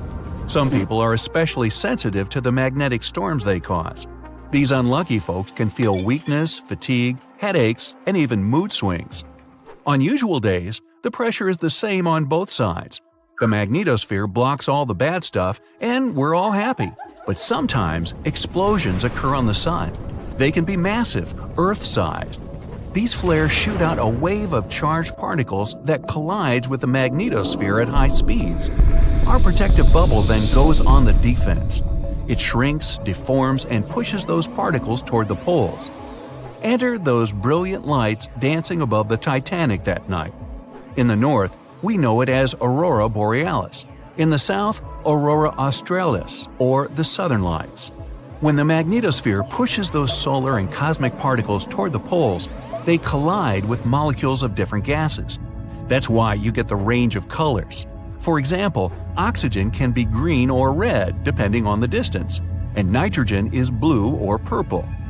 What multiple people saw that night was exactly this phenomenon, including the second officer from the rescue ship Carpathia. He wrote it down in the logbook before getting the distress call from the Titanic. But I'm getting ahead of myself. Auroras are a visible sign of a geomagnetic storm. Now, about navigational equipment. This applies to satellite and radio frequency devices. Remember, they didn't have iPhones back in the Titanic days, so the average person couldn't notice their gadgets going haywire. But navigational devices and wireless telegraph did exist and were actively used. Rewind back to the Middle Ages, when sailors noticed that, on some days, compasses wigged out. The arrows spun in all directions, and people back then had no idea why. It wasn't until the 18th century when French scientists found out that such problematic days occur at the same time as black spots appearing on the sun. Solar flares, the mystery was solved. Now, the Titanic had the most advanced, well-known radio equipment at that time. They tested it thoroughly to make sure it worked for distances up to 2,000 miles away. Titanics passed them all. On April 10, 1912, the massive liner left Southampton and set off for New York. The very next day, the crew started getting the first reports of drifting icebergs and ice fields. They put dots on the map to mark the coordinates and let out a sigh of relief. All the troublesome spots were north of the Titanic's planned route. But after a couple of days, the warnings were moving farther and farther south, encroaching on the majestic ship. On April 14th, Captain Edward Smith decided to change course to the south in hopes of bypassing the ice. This ended up being a huge mistake. Enter the magnetic storm. If it was throwing the navigation equipment off, even by a tiny error of half a degree, the captain could have been mistakenly taking the ship right toward a cluster of icebergs. What's even worse, the radio operators ignored warnings coming from other ships. That, or they simply forgot to hand them over to the captain. As hired contractors from the radio company, they were more interested in transmitting paid telegrams from passengers on that luxurious liner. The radio transmitter kept going out of order that evening, probably because of all this private traffic. When it was finally fixed, operator Jack Phillips received another message from the SS Californian at 10:30 p.m. Their operator was trying to warn Phillips about the coordinates of drifting icebergs, but he paid them no attention. He was nervous and in a hurry. Was the magnetic storm to blame for his frayed nerves and bad mood? We can only speculate. But as you know, some people are more sensitive to these things. The weather was fine, the ocean was calm, the water was smooth as glass. Despite all the warnings, the ship continued to sail at a maximum speed of over 22 knots. An hour later, Titanic collided with the infamous iceberg. On April 15th at 12:14 a.m., in the middle of the night, Titanic's operators started to transmit the first emergency signals. The SS Californian was sailing just 20 miles from the Titanic. They could have easily come to a quick rescue. But 10 minutes before the disaster, the Californian's radio operator had gone to bed. He was the only one who understood Morse code on the ship. According to this new theory, the magnetic anomalies possibly blocked Titanic's messages to other ships. For example, the steamer SS La Providence didn't receive any signals from the sinking ship at all. Yet they were still getting transmissions from another giant, the Olympic, which was 500 miles from the Titanic. That night, the signals were acting strange. They simply got lost somewhere in space, or they were like a jumbled riddle, impossible to solve. The SS Mount Temple did get a message and rushed to Titanic's aid. But as fate would have it, the rescue ship got stuck in ice. She did arrive at Titanic's last known coordinates, but the luxury liner was nowhere to be seen. So were the coordinates accurate at all? The steamer Carpathia was about 60 miles away. At 12:30, their radio operator told the Titanic's crew they were rushing to help. The ship famous for coming to the aid, Carpathia, was going full steam ahead. But here's the odd part. At first, they headed to the wrong spot. The magnetic storm could have thrown its equipment off. Good news is the steamer did end up reaching the right place when they saw the lifeboats full of passengers. Interestingly, once she reached land, the Carpathia didn't have any problems with her equipment. The blackout happened just around the wreckage site. The following investigation blamed radio amateurs for blocking signals. We now might know otherwise. Zinkova explains that at that time, they didn't know exactly how and to what extent the sun influences the Earth. No one could have guessed that the sun could tamper with these massive ships' navigational equipment, especially one that had the best of the best at the time. There's another theory that even the moon could have played a role. Some researchers claim that in January 1912, our natural satellite was closer to the Earth than usual. It caused very strong tides and raised the sea level. Every year, icebergs break away from Greenland and stop around Newfoundland. But not that year. The increased water flow pushed them further for 3 months. And come April, they were right in the way of transatlantic ships. Unfortunately, it was a recipe for disaster when it came to the mighty Titanic. No one could ever have imagined that the unsinkable Titanic would collide with an iceberg, except for one man, William Thomas Stead. Well, not directly, of course. It's not like he jolted out of bed one day, envisioning the fall of the Titanic. Rather, he wrote an empowering short story called How the Mail Steamer Went Down in Mid-Atlantic by a Survivor on March 3, 1886, 26 years before Titanic sank. Okay, let's do a super quick recap. Titanic was traveling from Southampton to New York in April 1912 in the North Atlantic. The ship hit an iceberg, and less than 3 hours later, it was completely underwater. Out of 2,208 people on board, just 706 survived due to the limited number of lifeboats and icy cold water. Another passenger ship, Carpathia, heard the distress call, picked up the survivors, and brought them safely to New York. The short story William Stead wrote was about Thomas, a British sailor, who got on a passenger liner bound for the U.S. At one point, the protagonist realized there weren't enough lifeboats for everyone on board the ship in case something happened. A couple of days later, heavy fog covered everything in sight. Luck was not on the liner's side, and it collided with a stray ship, just like Titanic struck an iceberg. Only 200 out of the 916 people made it safely to the U.S. The main character managed to survive by jumping into the water and climbing into one of the lifeboats. Now, you'd think that the story riled up everyone in the industry to add extra lifeboats on ships. But sadly, it received very little attention when it was published.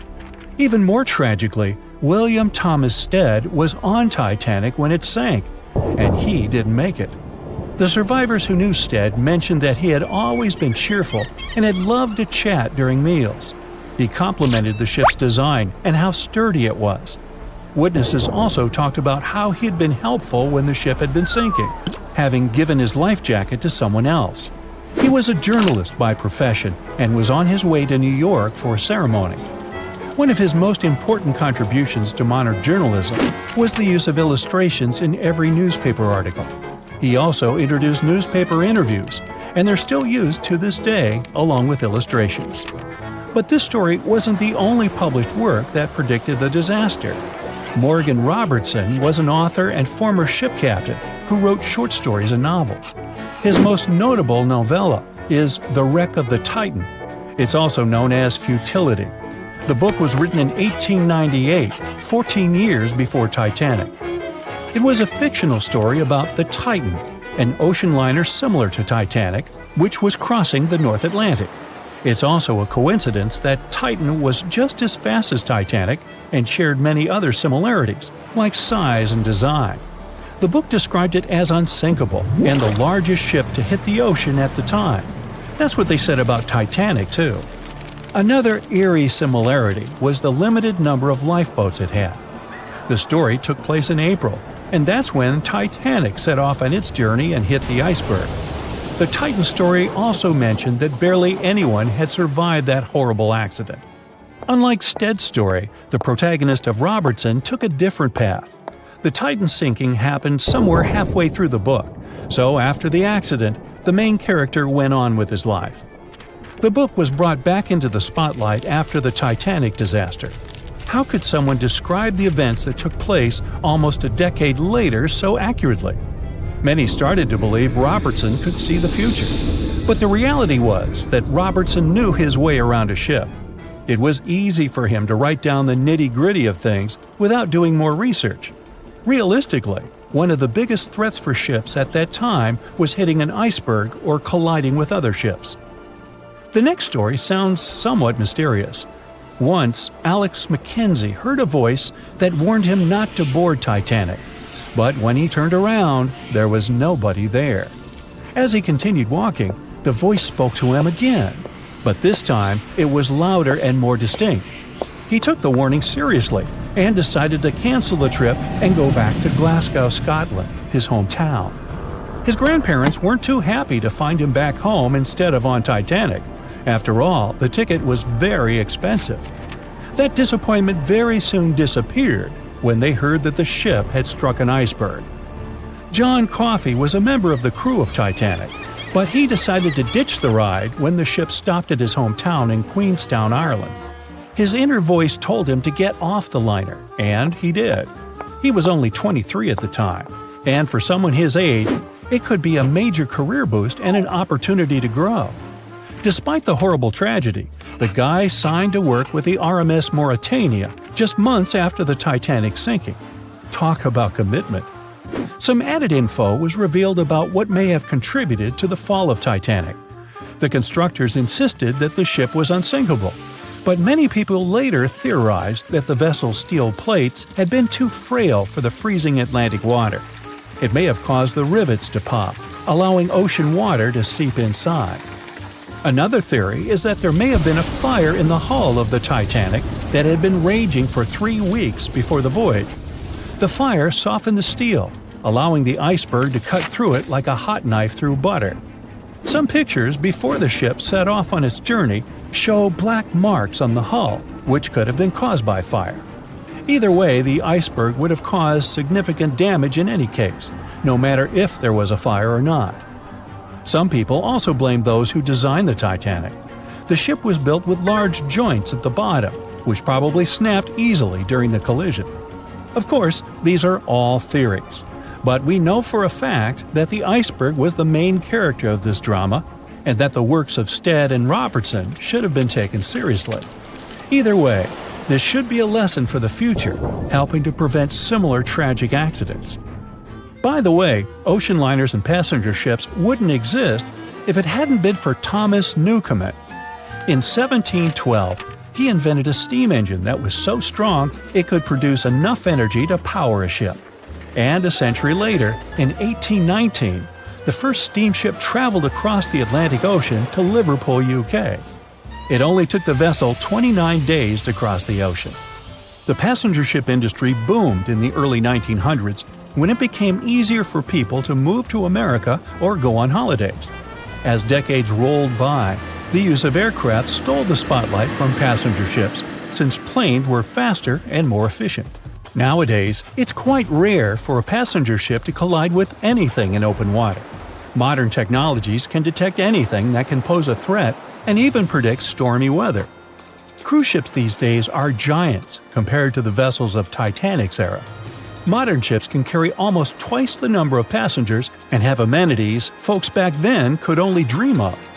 Most cruise ships these days have several restaurants to choose from, multiple swimming pools, and game rooms to catch a break. If you're in the mood for some fun, you can watch live performances. Don't forget about the helicopter pad, because why not? Don't worry if you start feeling unwell. The in-house doctors are always there to help any passenger in need. And these ships are only going to get bigger. Putting Titanic and a modern cruise ship side by side is like comparing a Corgi to a Doberman. Back then, Titanic was the biggest and most cutting-edge vessel anyone could dream of. So, who knows what the future of cruise ships can hold? We might even have entire cities floating around. That would be a really big boat. It was the biggest ship ever built in its time, and it was supposed to be unsinkable. But within days of steaming out on its first voyage in 1912, the Titanic was gone beneath the relentless waves of the North Atlantic Ocean. And of its more than 2,200 passengers and crew, only 706 survived that dreadful night. Would a smaller ship have fared any better in the same situation? Did the size of the iceberg truly matter in the end? Was it a mistake for the ship to change course at the last minute as it tried to avoid impact? These are 3 questions that have people pondering, what if? We do know that Titanic was considered an engineering marvel in its day. Designed by Thomas Andrews for the British shipping company White Star Line, it was just over 880 feet long and 175 feet tall. Built with abundant space for 840 staterooms, a swimming pool, a squash court, a gym, and 2 dining rooms. But it was below deck that one of its most impressive new features could be found.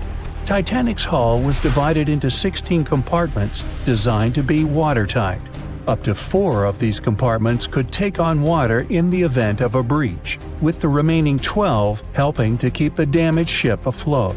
It was thanks to these compartments that the ship was regarded as unsinkable. Rumor has it that Philip Frank, White Star Line's vice president, even declared, "There is no danger that Titanic will sink. The boat is unsinkable, and nothing but inconvenience will be suffered by the passengers."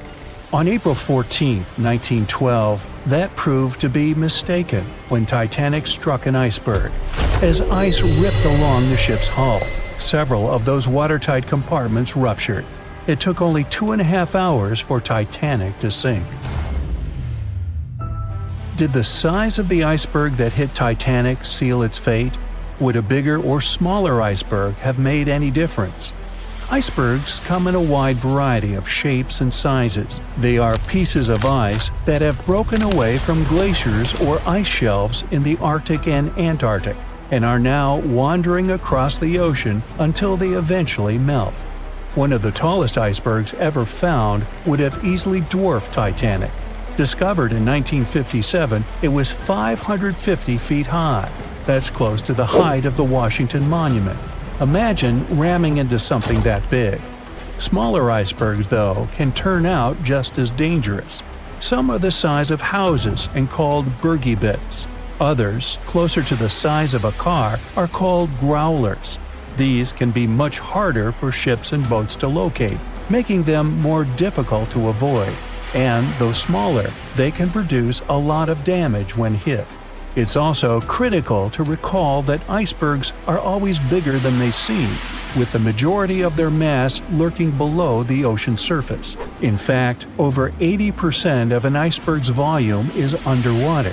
Most of its sharp, jagged edges cannot be seen. Roam too close, and you risk damaging your ship's hull. Because Titanic had little notice of its impending doom, a smaller iceberg, struck at the same angle, could still have been enough to bring that mighty ship down. Now, it's possible that had the iceberg been larger, it would have been spotted sooner. Titanic might have had time to alter course and avoid the impact. But missing that one iceberg would not have guaranteed Titanic's safety. It was traveling in a dangerous stretch of the Atlantic called Iceberg Alley. It's located 250 miles east and southeast of Newfoundland, Canada. Behind one iceberg, there could be another, and another after that. And so the crew on board had to remain very attentive to avoid several potential collisions, not just one. A smaller ship might have been better suited for the trip. Titanic's size was certainly a challenge when it came to steering. In fact, it had just left her dock in Southampton when it nearly collided with another smaller ocean liner, the SS New York, missing it by just 2 feet. The gigantic steamship was obviously not made for maneuvering quickly in tight quarters. A ship that size required time and space to change course. But when it comes to ships versus icebergs, a ship's size doesn't always matter. The Islander was a steamship designed to travel the Inside Passage in Alaska. In the summer of 1901, it struck an iceberg, which tore a hole in the front portion or bow of the ship. The vessel did not sink right away, and the crew tried to steer it to safety. Ultimately, its bow completely submerged, and its stern was lifted up and out of the water. It didn't take much longer before the ship sank completely. Of the 168 passengers and crew members, 128 survived, and $3 million in gold was lost. Islander had a 240-foot hull, making it almost a quarter of the size of Titanic, and that smaller size didn't seem to be much help in preventing a collision with an iceberg. And then there was the Hans Hedtoft in 1959.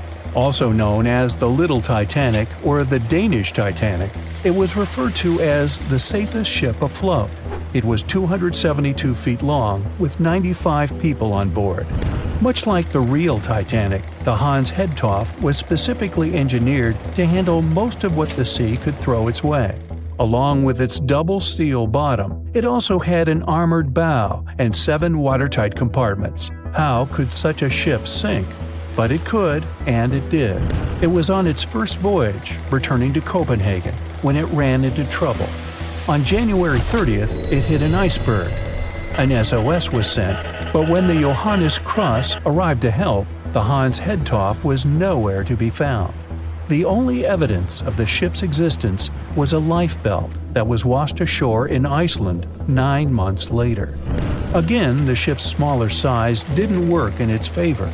A smaller size of Titanic wouldn't have guaranteed a safe voyage in 1912. The final what if concerns the last-minute choice when the iceberg was spotted and the alarm sounded. First, Titanic could attempt a complete stop, but this wasn't an option as the ship needed a half a mile to come to a halt, and the iceberg was a mere 900 feet away. Second, the Titanic could attempt to avoid the iceberg by steering away from it. This is what the captain ordered, but the attempt was unsuccessful, resulting in a deep gash across the ship's hull. The final option? To hit the iceberg head-on. Would this have made any difference? The answer is an intriguing maybe. Some think a head-on collision would have saved Titanic. In this scenario, the collision would have limited the damage to the very front of the ship. Instead of the iceberg tearing through the hull and compromising several of the watertight compartments, only 4 of the compartments would have been breached. This meant the others could do their job of keeping Titanic afloat. The ship could be stuck, unable to move, but it would remain above water until help arrived. This would provide a ship like Carpathia enough time to reach the scene of the accident and bring the people on board to safety. One of the Titanic's designers, Edward Wilding, made a similar claim during an inquiry into the sinking. He argued that most people would have survived a head-on crash, and that Titanic itself would not have sunk. Others disagree, though. First, the special bulkheads on Titanic were designed specifically to protect the ship against collisions with other vessels, not with icebergs. These compartments would crumple upon impact, absorbing some of the force while the other ship absorbed the rest. Though the damage would still be extensive, the remaining bulkheads would keep the ship afloat. But an iceberg does not have the same flex in a collision as you would experience with another ship. Most of the force would be absorbed by Titanic, resulting in greater damage to the ship. Even worse, the impact would be carried through the full length of the ship. Rivets would burst, seams would tear, the compartments would quickly flood, and the ship would sink even faster, resulting in fewer survivors. In any case, as with most what-ifs, we'll never really know the answer. As tragic as Titanic's first and last voyage was, it did result in changes that helped make venturing out to sea much safer. Findings from hearings on the disaster led to the creation of the International Ice Patrol, or ICC, in 1914, an organization that tracks icebergs in the Atlantic and Arctic Oceans to ensure vessels in the area can avoid them. In the US and Britain, ships were obligated to carry enough lifeboats to accommodate every person aboard. Regular lifeboat drills were made mandatory. And finally, the bulkheads on ships were made higher to keep water out, and bottoms were stretched to create double hulls, helping make the compartments truly waterproof. There's no denying that Titanic was a terrible tragedy, but the lessons learned from that night to remember has helped prevent many more. April 14, 1912. The dark night was filled with horrible sounds of a giant metal vessel breaking into two. The largest ship of that time collided with an iceberg that was on its way. The Titanic, one of the biggest stories of the 20th century that people still talk about. The starboard side of the giant vessel brushed up against the iceberg. It was 11:40 p.m. when things started going wrong. This iceberg caused enough damage for at least 5 watertight compartments in the hull to start filling with water. The crew immediately began a brief investigation to see if they could do anything and fix things. They had no one to rely on, all alone in the darkness of the cold night, far away from the land. The North Atlantic Ocean, around 400 miles south of Newfoundland, Canada. They needed time to figure out how to bring people to safety. They had some time, true, but not enough. If you watched the movie, you know the ship didn't plunge immediately after the icy doom had happened. The whole process lasted a good 2 hours and 40 minutes. But the situation was hard. There were 2,200 people to take care of, including crew and passengers, and things happening on the ship were chaotic. The chief designer, Thomas Andrews, soon realized they wouldn't be able to stay afloat. By midnight, the entire crew had begun preparing the lifeboats for launch. They had 20 boats with space for only 1,178 people, which was just a bit more than 50% of the people on board. The order was to get women and children to safety first. Crewmen were there to row and guide the boats. The scene over the next 2 hours gradually started escalating. The crew members had a task to wake up passengers and warn them something bad was happening. They wanted to place them into a fleet of lifeboats as soon as possible. At 12:15 a.m., some crew members sent out a distress signal. A steamship called Frankfurt was among the first ones that received the message and responded, but they were about 170 nautical miles away. Some other ships also got the message and offered their assistance, but sadly, they were too far away as well. At 12:20 a.m., the Cunard liner Carpathia got a distress signal from the Titanic and changed its course right away. They were 58 miles away at the time, and it would take them more than 3 hours to get there. 20 minutes later, the crew was lowering the first lifeboat. It was carrying only 27 passengers, although it had room for 65. Many of the lifeboats that were launched first were well below capacity. Crew members were worried, thinking the Davids wouldn't be able to hold a fully loaded lifeboat. And in the beginning, many passengers were just too afraid to leave the ship. They still thought Titanic was unsinkable and couldn't imagine the scenario that was going to happen 1 to 2 hours later. The crew was firing the first of 8 distress rockets. Unsuccessful. No one was close enough to help. By 1:20 a.m., they lowered 10 lifeboats. Number 8 had only 28 people in it. One of the passengers on the number 10 was 9-week-old Milvina Dean. She would later become the last survivor who lived until 2009 and turned 97. It was 2 a.m. already. 3 of the collapsible boats were the only lifeboats that remained on the ship. The bow of the vessel had sunk low and had tipped far under the surface. People around it could now clearly see stern propellers above the water. Crew members were lowering collapsible lifeboat D from the roof of the officers' quarters with over 20 passengers in it. As the ship's bow went under, the water was washing collapsible A from the deck. Those 20 people were struggling because their boat was partly filled with water. As crew members were trying to release collapsible B, it fell. Before they righted it, the water swept it off the ship. 30 passengers still managed to find safety on the overturned lifeboat. At 2:17 a.m., the ship's wireless operator decided to transmit one last distress call. A minute later, the light on the ship finally went out. Titanic and all left on board plunged into darkness. The bow continued to sink, and the stern was rising higher above the surface, which placed great strain on the midsection. Horrible sounds were filling the night. Titanic, this massive, legendary ship so many people placed their hopes in and were excited about, broke into 2 between the 3rd and 4th funnels. Reports would speculate it took about 6 minutes for the bow section to reach the ocean bottom. The stern settled back in the water before it rose again into a vertical position. It remained in this situation until it finally disappeared into the ocean. At 2:20 a.m., the stern apparently retained air inside, and water pressure crushed it as it went down.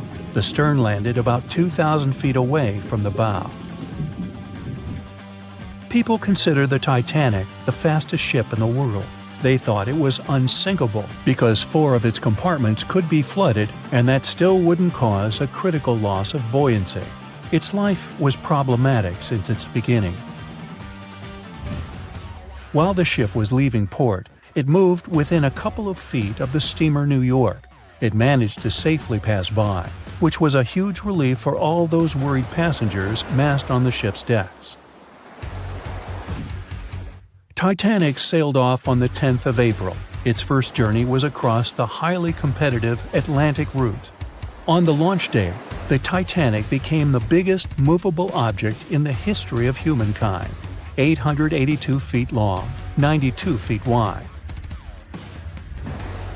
Not that big if you compare it with today's ships. The biggest cruise ship in the world today is Royal Caribbean's Symphony of the Seas, which is roughly 5 times the size of Titanic. If you put that ship in a vertical position, it would be nearly as tall as the Empire State Building, which is 1,250 feet without antennas. But Titanic was a huge attraction back in its time. At one moment of their journey, they stopped in France, after which they made another stop in Ireland. Once the final passengers boarded, the massive ship set out at full speed for their final destination, New York City. 4 days after the beginning of its journey, Titanic failed to divert its course from a huge iceberg, the story we all know about. Only 700 people survived, and most of them were women and children. The night was extremely cold, 1 hour and 20 minutes after Titanic had gone down to the bottom of the ocean. Survivors weren't even sure someone was coming to save them. Finally, they saw the light.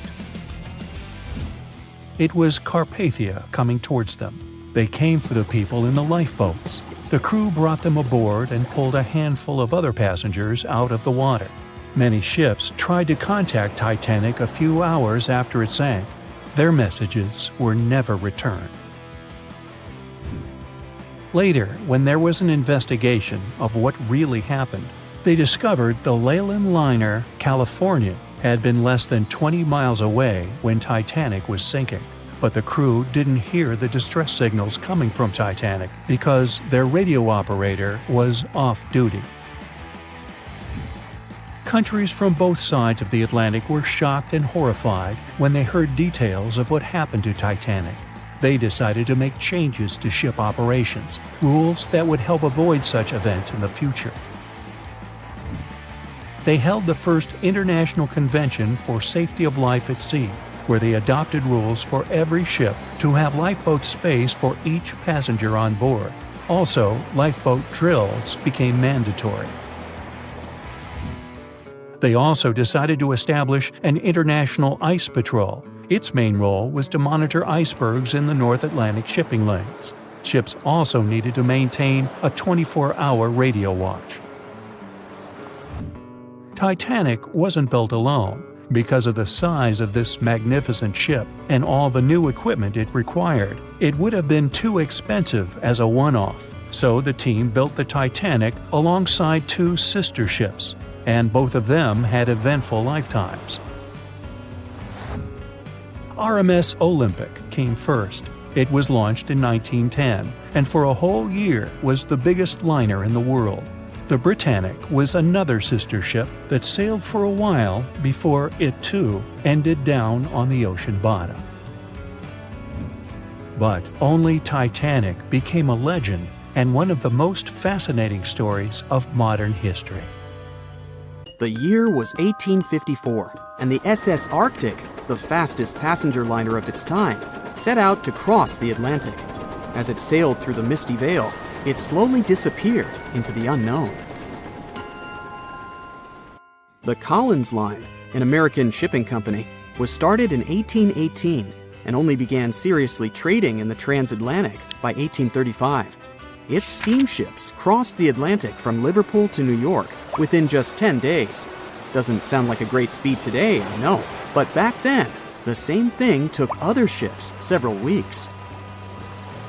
Light on the water with their wooden hulls, powering through with a strong steam engine, those steamships were the favorite choice for many high-profile people.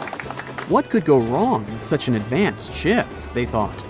This reminds me of some other ship everyone believed to be unsinkable. But anyway, back to the Collins Line. It grew to be a serious contender on transatlantic routes, with only one other competitor, the Cunard's Line. It was a British company also aiming to be the main force through the Arctic Passage. In 1835, the company received a new ship that traveled to Liverpool and came back to New York with the largest cargo ever at that time. From then, the Collins Line was steadily growing. It seemed like there would only be future successes for it. Unfortunately, their lavish ships became costly to run with the amount of coal used. Massive power along with weak wooden hulls meant they needed many repairs after each voyage. So, every trip ended up being expensive. But since the ships were safe and had a great reputation, people were willing to pay the price, and the company was definitely not in crisis. They had achieved something no one had managed to do before them. Like I told you, their ships crossed the Atlantic in a whopping 10 days, and Edward Collins, the owner, was very determined to maintain the pace. Their 5 ships easily outran the Cunard's line of only 3. With this great praise, it provided more attention. Though the Cunard's ships were slower with their iron hulls, they believed there was still profit, regardless of how slowly they sailed. Among Collins' ships, the Arctic, the third of them to be launched, was the largest, reaching 284 feet long, with 2 side-lever steam engines, each with 1,000 horsepower. The paddle wheels made 16 revolutions a minute when at full speed. At the time of its launch, the press called it the most stupendous vessel ever constructed in the United States. But glamour and fame couldn't avoid what would come next. On the 27th of September, the Arctic was on its journey from Liverpool to New York, continuing a speed pace through the thick fog. It's possible that by that moment, after 4 years of record-breaking trips, the crew became overconfident with their sailing and the ship. Going only 50 miles from Newfoundland, they carelessly continued through the fog with no radio contact, sonar, or any other form of identifying objects, equipped only with Morse code. A smaller ship, the SS Vesta, which operated as a fishing vessel, often worked around Newfoundland. It was passing through the same path as the Arctic and crashed into its side. Shocked by the collision, the captain of the Arctic offered help to the much smaller Vesta, but it was soon clear that the damage that seemed minor on the Arctic was far worse. Beneath the waterline, a hole was letting water into the hull. The cost of the much faster wooden hull now seemed less valuable. They steered toward land, trying to plug the holes, but they weren't doing so well, and the seawater continued to pour in, filling up higher and pushing the ship down. And finally, once the engine room was full, it put out the boilers, taking away the massive power the Arctic was once legendary for. They moved slowly until coming to a complete stop. The ship continued to sink, and the order was to abandon it. At the time, maritime law allowed for the Arctic to carry only 6 lifeboats, only capable of saving 180 people. The crew and some of the passengers managed to push their way aboard and took most of the seats on those boats. Things were pretty wild, and everyone forgot about their manners, not letting the ladies and the youngest ones board first. It took 4 hours for the Arctic to sink. 150 crew and 250 passengers were on board.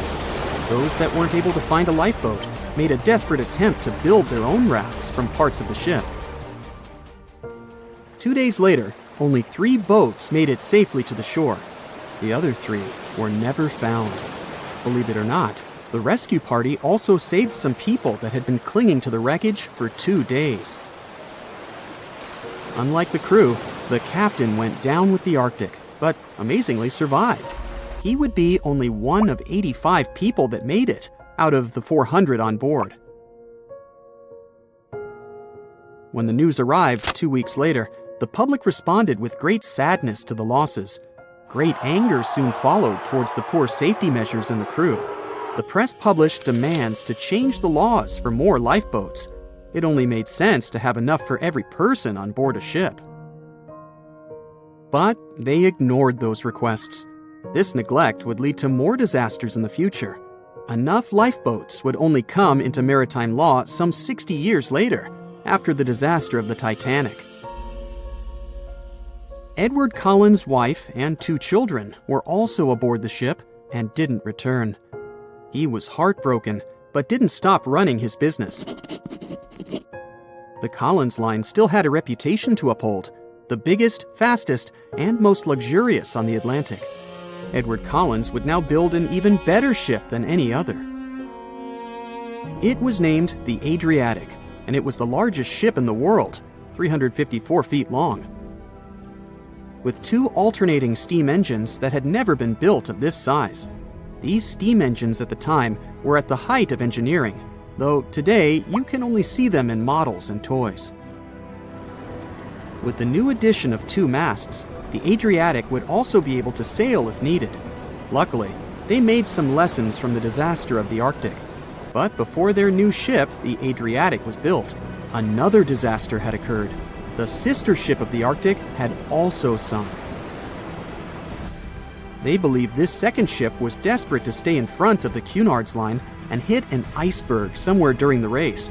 This weird contest took the lives of 141 people. The desperation of Collins and his weakly built hulls pushed the company towards bankruptcy in 1858. The newly built Adriatic, costing over $1 million, had only made 1 voyage in the end. And even that voyage was considered a disaster. The ship collided with a tugboat. It still managed to finish its maiden voyage at a suitable time. After the company had gone bankrupt, they had to sell the ship for only $50,000. They removed the great giant engines, replacing them with only sails. Although it was once the greatest ship on the high seas, it was only 30 years later until it was abandoned, labeled irreparable, and anchored in a river. The other remaining ships were also sold and only used for parts. Edward Collins left the industry altogether, seeking work on dry land instead. As the Collins line was no longer in the mix, the Cunards would grow in strength. Without competition, they would win the Blue Riband for the next 30 years, and 180 years later, after producing hundreds of ships. They still have a constant presence on the seas, as they provide transatlantic crossings, world voyages, and leisure cruises. To this day, the Cunard line is the only one to run ships between Europe and America, and it's great proof that it's not always the fastest that's the best. Thick fog is rising over the ocean as the sun is slowly sinking towards the horizon. It's hard to see further away than a few dozen feet, but that's enough to notice a hulking, skeletal shape in the distance. As your ship approaches the figure, your heart beats faster, and then you make out the details of another vessel, abandoned by the looks of it. Ghost ships do exist, and their mysteries aren't always solved. Take MV Hoita, for example. It was a wooden vessel built in 1931 as a luxury yacht. It had served well to various people over 20 years before it was bought by a Samoan sailor and became a merchant ship. In 1955, though, Hoita's service came to an abrupt and mysterious end. On October 3rd, it set sail for another trading voyage that should have taken no more than 48 hours. Delays happen in the sea, so when Hoita didn't arrive on October 5th as scheduled, there was little worry yet. But then it failed to come on the following day too. There was no distress signal or any other sign of Hoita's presence anywhere between its departure and arrival points. A search and rescue party was dispatched to find the ship, and for 6 days, they were scouting the area of nearly 100,000 square miles. On October 12th, the mission returned to the base empty-handed. Hoita vanished without a trace. It was only a month later that another merchant ship, Tuvalu, noticed the missing vessel far away from its route, drifting in the open sea and listing heavily. The sailors boarded the ship and found that all of its crew and passengers, 25 people total, were missing, along with all the cargo the vessel had been carrying. The radio was tuned to the International Distress Channel, meaning that the crew had been trying to ask for help, but they couldn't reach anyone because the radio cable had been damaged, limiting the range to 2 miles. The lifeboats were missing as well, indicating that people on board must have left the ship. Unfortunately, they seem to have taken the logbook with them, leaving the rescue team clueless as to what had happened. Even today, the mystery of MV Hoita hasn't been solved yet. No one knows where the crew and passengers had gone and what had caused them to leave.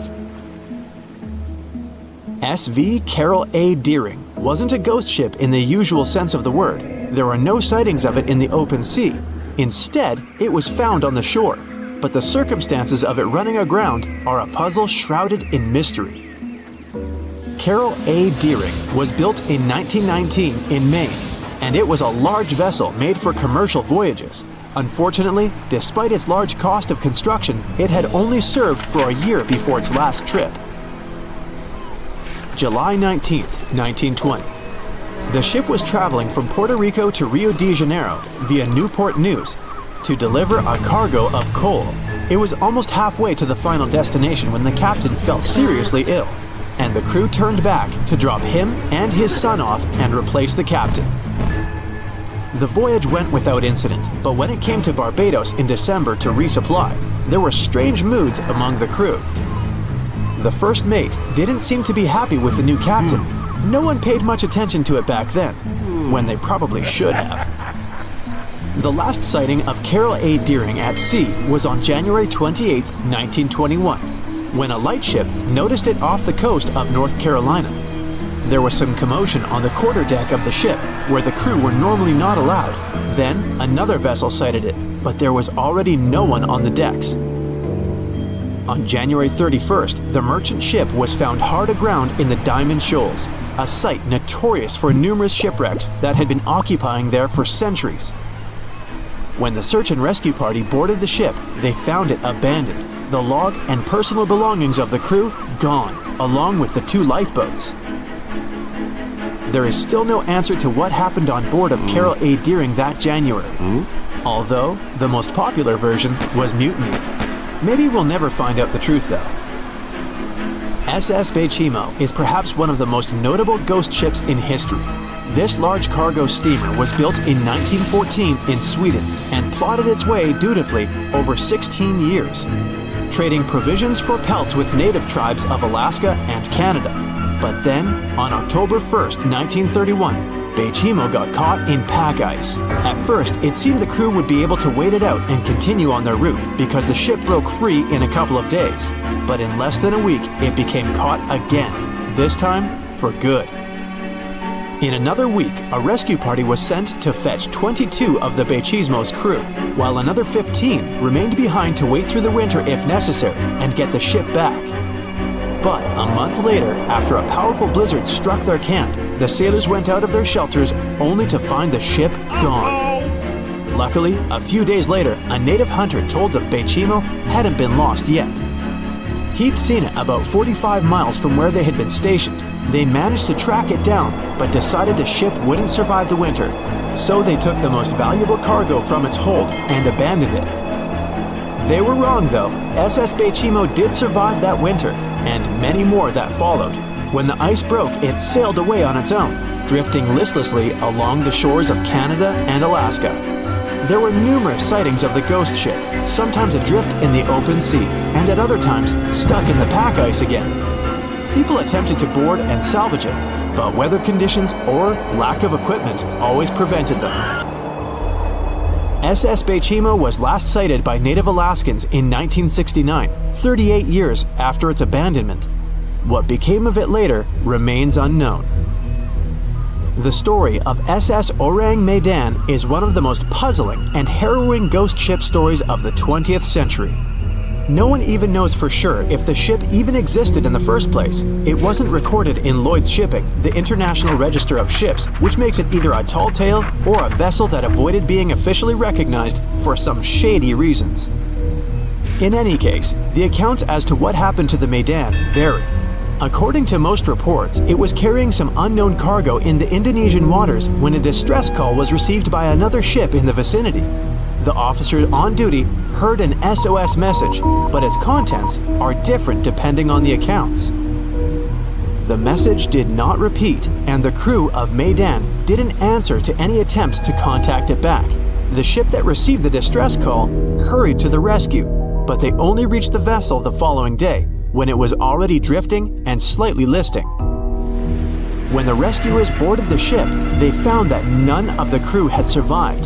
However, one lifeboat was missing, which implied that there was at least one crew member who managed to escape. What happened to the rest of the people on board remains a mystery to this day. Still, there are no hard facts about this story, so we might never find out whether SS Maidan was actually a ship and not a thing of fiction. SV Zabrina was a 3-mast sailing barge built in 1873 for river trade ships in South America. She served for well over 4 decades, proving to be a sturdy and reliable ship. It was later transferred to Europe, where it continued serving its purpose well. But then, in October 1917, Zabrina set sail on a regular voyage only to be found ashore several days later.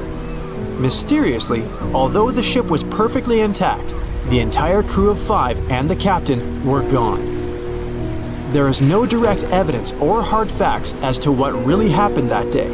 The most convincing theory is that the crew were washed away from the deck because of an underwater explosion. And then the ship sailed ahead without them, but the truth, as always, remains unknown. April 1912 marked one of the most terrible tragedies in the history of the world. The most unsinkable vessel, the pinnacle of engineering at that time, the huge Titanic, sank. On that dark, moonless night, the ship had many chances to save its passengers. There was another ship just a few miles away that could have saved the Titanic, but it didn't. It wasn't a phantom ship, and it's not some legend or a theory. This is a documented reality. There are records and witnesses' statements confirming this. But why didn't this ship help? Let's find out what happened that night by looking at these events from 3 different points of view. Let's start with the Titanic version. 11:30 p.m. The moon hides behind black clouds. Visibility is bad. Everything is calm on the Titanic. Under the captain's guidance, the communications operator stays in touch with the mainland through the radio. At this moment, some stranger breaks into the frequency, interrupting the operator's communication. It's unclear what this strange man wants and what he's talking about. The operator doesn't try to figure it out. He shouts at the guy, demanding him to disconnect. The connection is interrupted. At 11:40 p.m., the Titanic crashes into an iceberg. The ice breaks the hull. Water begins to flood the lower decks. Nobody is panicking yet. 20 minutes later, at midnight, the ship's crew sends a distress signal through the radio frequency. Few people understand how bad the situation really is. After 20 minutes, at 12:20 a.m., they start lowering lifeboats with passengers. At 12:25 a.m., they receive a response to the distress signal. This is RMS Carpathia. Their captain reports they're already sailing at maximum speed towards the Titanic. But the problem is that the crash site is 58 miles away. This means Carpathia will only be here in 4 hours. At 12:45 a.m., the sinking ship's crew release rockets into the air. These flares are one of the main reasons for the terrible fate of many passengers, but more on that later. 90 minutes later, the Titanic's deck breaks and the ship dives underwater. At 4:10 a.m., the Carpathia finally arrives at the shipwreck location. The crew members make heroic efforts to save all the people. They take 705 survivors on board. At this moment, another ship appears. It's SS Californian. The Carpathia sails towards the New York coast with all the people. The Californian floats in search of passengers and finds nothing but wreckage. The ship was only a few miles away while the Titanic sank into the icy water. The Californian could have saved these people, but did nothing. Its captain, Stanley Lord, made one of the most terrible acts that a sailor can allow. He didn't help a sinking ship. When the world found out about all this, they detested Captain Lord. They couldn't bring charges against him, and the trial didn't punish him.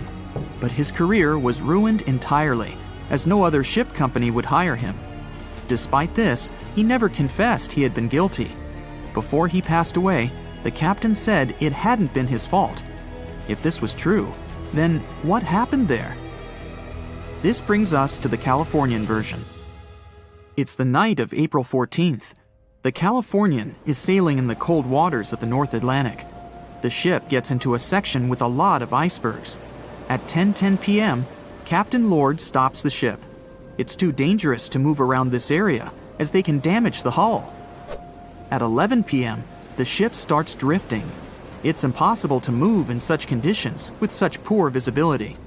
The captain knows that the Titanic is coming here, so he orders the radio operator to warn the ship about the danger. Radio operator Evans turns on the receiver and tries to contact the Titanic. He spends about 30 minutes on it. The connection is finally established. At this moment, the Titanic radio operator is speaking with the mainland. Evans interrupts this conversation and tries to warn the ship about icebergs. The operator doesn't understand Evans' words. He's annoyed because Evans broke into the channel so brazenly. He shouts at Evans and cuts the connection. Tired, Evans turns off the receiver and informs his superiors about the incident. It's still a mystery how the captain reacted to this news.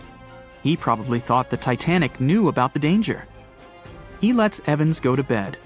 If Evans hadn't turned off the radio and waited 1 hour, he would have heard a distress signal from the Titanic. But you shouldn't blame him. At this point, he has no official reason to stay at the transmitter. Evans is too exhausted and can't fight drowsiness. So, Evans goes to bed. The Titanic begins to sink. Its captain sends a distress signal.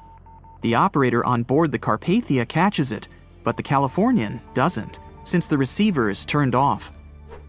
Captain Lord can't sleep. He feels that something is wrong. Meanwhile, the Titanic is rapidly sinking under the water. The captain gives the order to launch rockets into the air. And here is where one of the critical mistakes takes place. They release warning lights, but they are not red. The crew forgot to take red rockets on board for some reason, so they lit up the sky with a bright white light. If you need to send a distress signal, you need to release red lights. Captain Lord sees these lights, but doesn't perceive them as a cry for help. It can't be that there are no standard red rockets on such a massive ship as the Titanic. But, unfortunately, it can. Captain Lord thinks the Titanic is sailing away. Perhaps there is some unknown reason behind those white lights, but he doesn't really know. So, Captain Lord has no idea that the Titanic is sinking. He still decides to contact the ship, but this time, not through radio communication. Captain Lord doesn't wake up the radio operator and sends a signal to the Titanic through a signal lamp. It's important to understand that many old-school captains didn't take radio communication seriously. They didn't understand the value of this technology. That's why Captain Lord doesn't wake up Evans. He sends light signals, but the Titanic doesn't respond. Many survivors later mentioned seeing the flashing lights of the Californian, but there was nothing they could have done.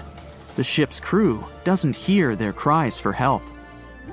At 2:20 a.m., the Titanic completely goes underwater. A little more than 2 hours later, radio operator Evans wakes up and turns the transmitter on. He hears many rescuers talking about the sunken ship. Evans understands everything. He reports this to the captain. At that moment, the Californian immediately heads to the wreck site. They meet Carpathia there. With the survivors on board, it sails towards New York. The Californian stays sailing and looking for people. They find nothing but wreckage. The Californian returns to the mainland. The news about the ship that could have saved the Titanic is spreading all over the country. The trial begins. Captain Stanley Lord and the crew tell their version. They say their ship had been standing still. Many people don't believe them, and some of the surviving passengers claim to have seen the Californian sailing by. Still, the judge declares them innocent. 1962. Captain Stanley Lord is a very old man. He calls a notary to confess something. The captain makes his last remark about this case. He swears he's not guilty. But if it wasn't the Californian sailing past the Titanic at that moment, then what? The Samson theory could answer that question for us. The sealing ship Samson is sailing in the cold waters of the North Atlantic. The crew aren't sleeping. They carefully study the surroundings, but not because they're afraid of icebergs. They're scared of meeting with the U.S. Coast Guard. The Samson ship's crew catch seals, which is illegal. At 12:45 a.m., Samson's captain sees white signal rockets. The team is sure it's the Coast Guard. They turn off the lights and sail away. It's dark, so they don't notice the sinking Titanic. They return to the coast of Iceland and hear about the disaster. They realize they have abandoned the drowning passengers. The nephew of one of Samson's crew members reads about this story in his uncle's diary. The nephew asks for permission to publish these recordings. All the people realize that Captain Lord wasn't guilty, but unfortunately, he didn't live to see this moment. Actually, it's still unknown who is guilty in this story.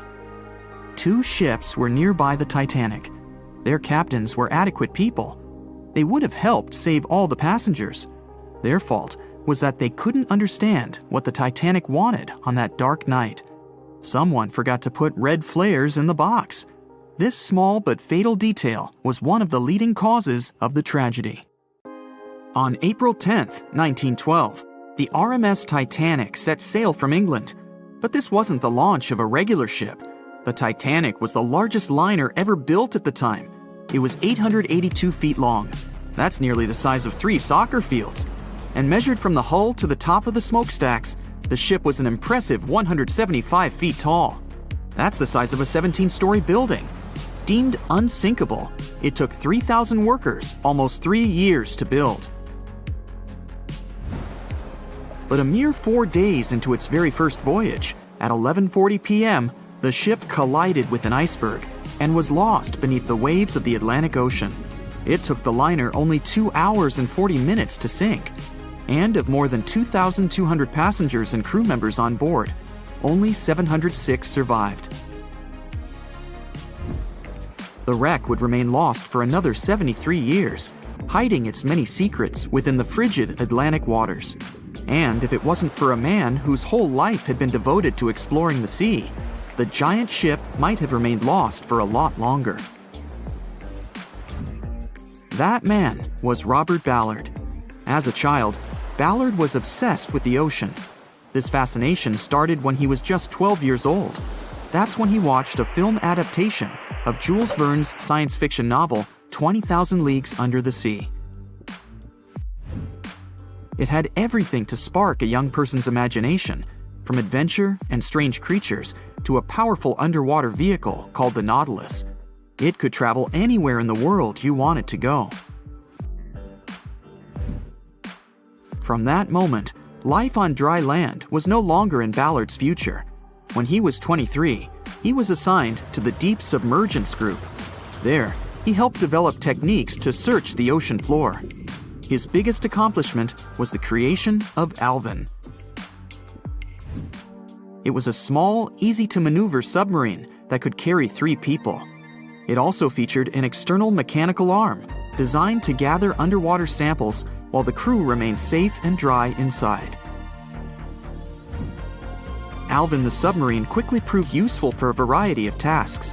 For example, once it was used to track down an aircraft that had crashed into the sea. But the vessel experienced a series of setbacks. In one case, it was attacked by a swordfish, which caused the submarine to resurface quickly. The swordfish, still stuck in the outer skin of the submarine, became that night's dinner. And in October 1968, the submarine was being lowered into the water when the cables holding it snapped, sending it careening into the ocean, along with 3 crew members on board. And because the small vessel was still open, it immediately filled with water and quickly began to sink. Luckily, the crew managed to escape, but Alvin was gone. Bad weather hampered multiple attempts to recover the vessel. It wasn't until the following year that it was finally returned to the surface. In time, Alvin would be improved. Its hull would be strengthened by titanium, giving it a higher depth rating, thus making it even better suited for ocean exploration. The specialized submarine would come in handy in many of Ballard's 100-plus expeditions. The man was one of the first to explore an underwater mountain chain called the Mid-Atlantic Ridge in the Atlantic Ocean. And when he found thermal vents in the Galapagos Rift in the late 70s, he also helped discover and document the process of chemosynthesis. That's a complicated chemical synthesis of food energy by bacteria. But his biggest discovery was still to come. Ballard claimed he'd never been a Titanic fanatic, but he eventually became obsessed with finding the ship after watching other explorers try and fail. As he said, Titanic was clearly the big Mount Everest at the time.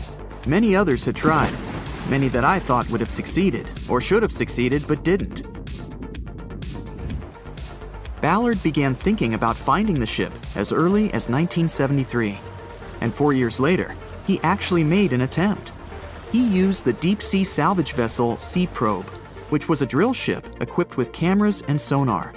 But he was forced to give up when the drilling pipe broke. It just wasn't his time. In the early 80s, a Texas oil man named Jack Grimm tried to find the wreck on 3 different occasions. Once, Grimm was actually right over the Titanic, but his equipment failed to detect it. That's what we call extreme bad luck. Ballard was just biding his time. He needed a plan and some help. The first issue was getting down to the bottom of the Atlantic. The furthest down he had ever traveled before was 20,000 feet, and this trip took him 3 hours, and that didn't include the way back up. Ballard knew he could use Alvin, already enhanced with a titanium hull to withstand the pressure of the ocean. But he also needed something that didn't require him to actually go down with it. An unpiloted remote-controlled submarine would be ideal. But first, he would have to create one. He reached out to the authorities, hoping they would provide funding for his project. And though officials had no interest in the Titanic, they were willing to help. But there was a catch. Ballard had to first focus on tracking down 2 submarines, the Thresher and the Scorpion, which had sunk to the bottom of the Atlantic Ocean in the 1960s. The authorities were hoping to study them to find out why they had sunk in the first place. They also wanted to know if they could be recovered or if it was safe to leave them on the ocean floor. Only when he had successfully completed this task would he be free to use any remaining time on his contract to find the Titanic. With no other options for funding, Ballard took the offer. He got to work. First, he created 2 new devices. Argo was an unpiloted deep-towed undersea video camera sled. It was designed to take photos and record videos from a series of cameras mounted on it. It could work at depths of up to 20,000 feet, and it could also explore nearly 98% of the ocean floor. Argo was supposed to be tethered to a boat. As the boat moved, Argo would be pulled behind, floating just above the ocean floor. The camera would then transmit images to the surface. The second device was a small robotic vehicle called Jason Jr. It was also controlled remotely, which allowed the crew inside a submarine, like Alvin, to get closer to and photograph underwater objects. Ballard was now ready. He knew he had to find those submarines quickly, and it didn't take him long. Much to his relief, the search was relatively simple, and he was able to fulfill his obligations with 12 days to spare. With almost 2 weeks to devote to finding the Titanic, he set out to explore the ocean. He focused the search close to Newfoundland, Canada, pulling Argo along the ocean floor and reviewing the images it collected. And after a few days of nothing, they eventually found riveted hull plates and a boiler. Could this be it? The next day, a ship's large bow was revealed. On September 1st, 1985, Ballard and his fellow crew members realized they had finally found the infamous ship. The discovery resulted in a mix of emotions. Ballard was excited to be the first to find the Titanic's final resting place, but he was also overwhelmed by the sense of grief for those who had suffered when the ship had gone down. Over the next 4 days, the crew explored the wreck. They found the crow's nest, from where the iceberg had first been spotted. Plus, there was finally evidence of how the massive ship had split in 2 before sinking, with both halves of the ship found. There was furniture and dinnerware, and sadly, Several leather shoes of those who hadn't made it to safety were scattered about the ocean floor. Ballard succeeded where others had failed and became an instant celebrity around the world. You'd think that locating the Titanic would be enough for one man, but not for Ballard. In 2019, he took on the challenge of solving another mystery, the disappearance of Amelia Earhart. Earhart had attempted to be the first woman to fly around the world. Unfortunately, she disappeared somewhere over the Pacific Ocean in 1937. She and her plane were never found. Ballard hoped that his luck with the Titanic would help with finding where Earhart had gone down, but his expedition failed to find anything. And though Robert Ballard has found more shipwrecks than anybody else, it's only the tip of the iceberg. It's estimated that there are over 3 million shipwrecks in the ocean, and Ballard has only located 100 of them. Now, in his late 70s, the man is hoping to encourage young people to continue his work of exploring the ocean and its many mysteries. In 1989, he started the Jason Learning Project to inspire grade school students to pursue science, technology, engineering, and math. He has his own research vessel called the EV Nautilus, after the name of the submarine in Jules Verne's novel, a fitting tribute to the story that inspired his career. The night was dark and scary. A few hundred people were sitting in lifeboats, not knowing what would happen next or what their lives would look like from that moment on. All they knew was the giant ship they had been sailing on just a couple of hours earlier disappeared in front of their eyes. They were alone, waiting for help. Is anyone even coming? They had no idea if the rest of the ships that were traveling relatively close to them had heard their call for help. There was nothing else to do but wait. The Titanic, an iceberg, and one night, April 14th, 1912. It's one of the most famous stories from modern history that everyone talks about, even now, more than 100 years later. The 16 lifeboats on board could only accommodate a little more than 50%, 1,178 people, of the total number of passengers that were on board. And many of them were still half empty. In one of them, there was a little 2-month-old girl, Milvina Dean, the youngest passenger on board the giant ship. Her parents had decided to leave England because they wanted to build a better life in the United States.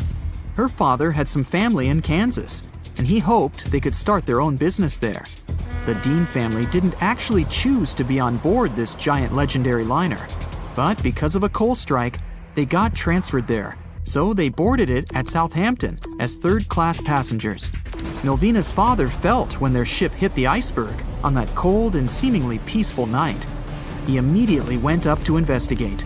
When he saw that people were panicking and that the crew members were giving warnings on the actual danger of the situation, he rushed to their cabin to find his wife. He told her to dress the children and quickly go up on deck. The crew members gave the order to get the lifeboats ready and start transferring women and children there first. It was a chance for at least some family members to get to safety. Milvina, her mother, and her brother got in Lifeboat 10. They were among the first off the liner out of the 706 crew members and passengers who managed to escape the sinking ship. Later, the liner called Carpathia heard their call for help, came for the passengers, and took them to New York. Her father, unfortunately, stayed behind them and didn't manage to save himself. Milvina grew up in Ashurst, England, which wasn't far from where she set sail on the ship. She spent her life working as a secretary and an assistant in small businesses in Southampton. She never married. Milvina always used to say she never spoke about the whole Titanic thing because she remembered nothing about it, so she didn't want people to think she was just drawing attention to herself. But in 1985, a French-American team got together and located the wreck of the Titanic.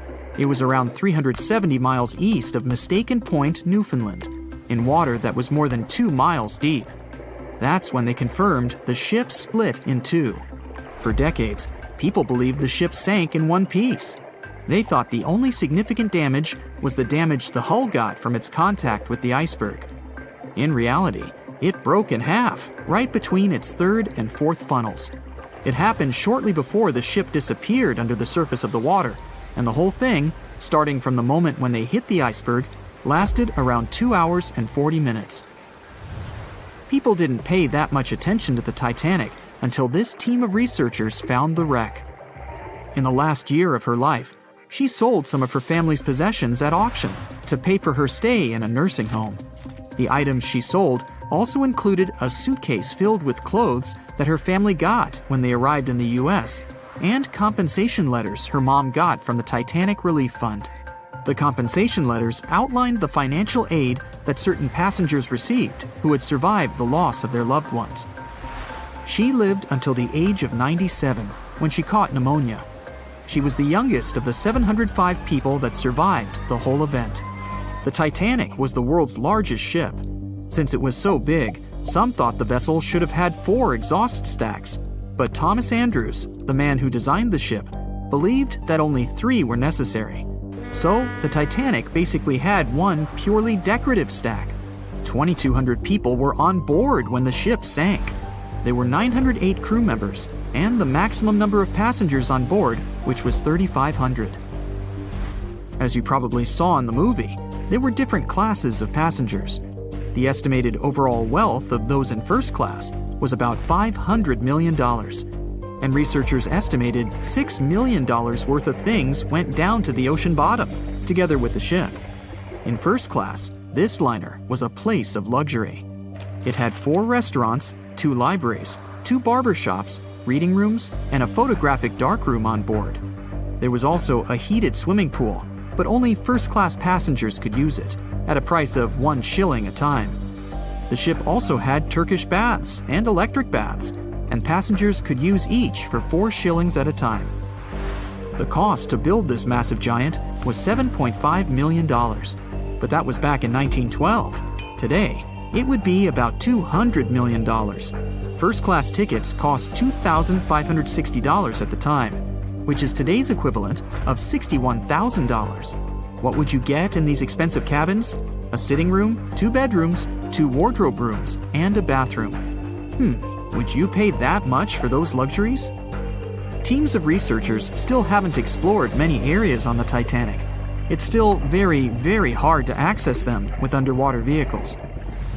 There was a lifeboat drill scheduled for the same day the Titanic sank, but it was called off for some reason. The crew had done just 1 lifeboat drill, and that was when the ship was still docked. But even if the crew members had been properly trained and each lifeboat had been filled, the capacity was still not enough to save each and every passenger. The Titanic was the biggest movable object in the world at that time. On May 31st, 1911, its immense hull made its way down the slipways and ended up in the River Lagan in Belfast. Over 100,000 people were there to see the launch, which took just a little more than a minute and went off without a hitch.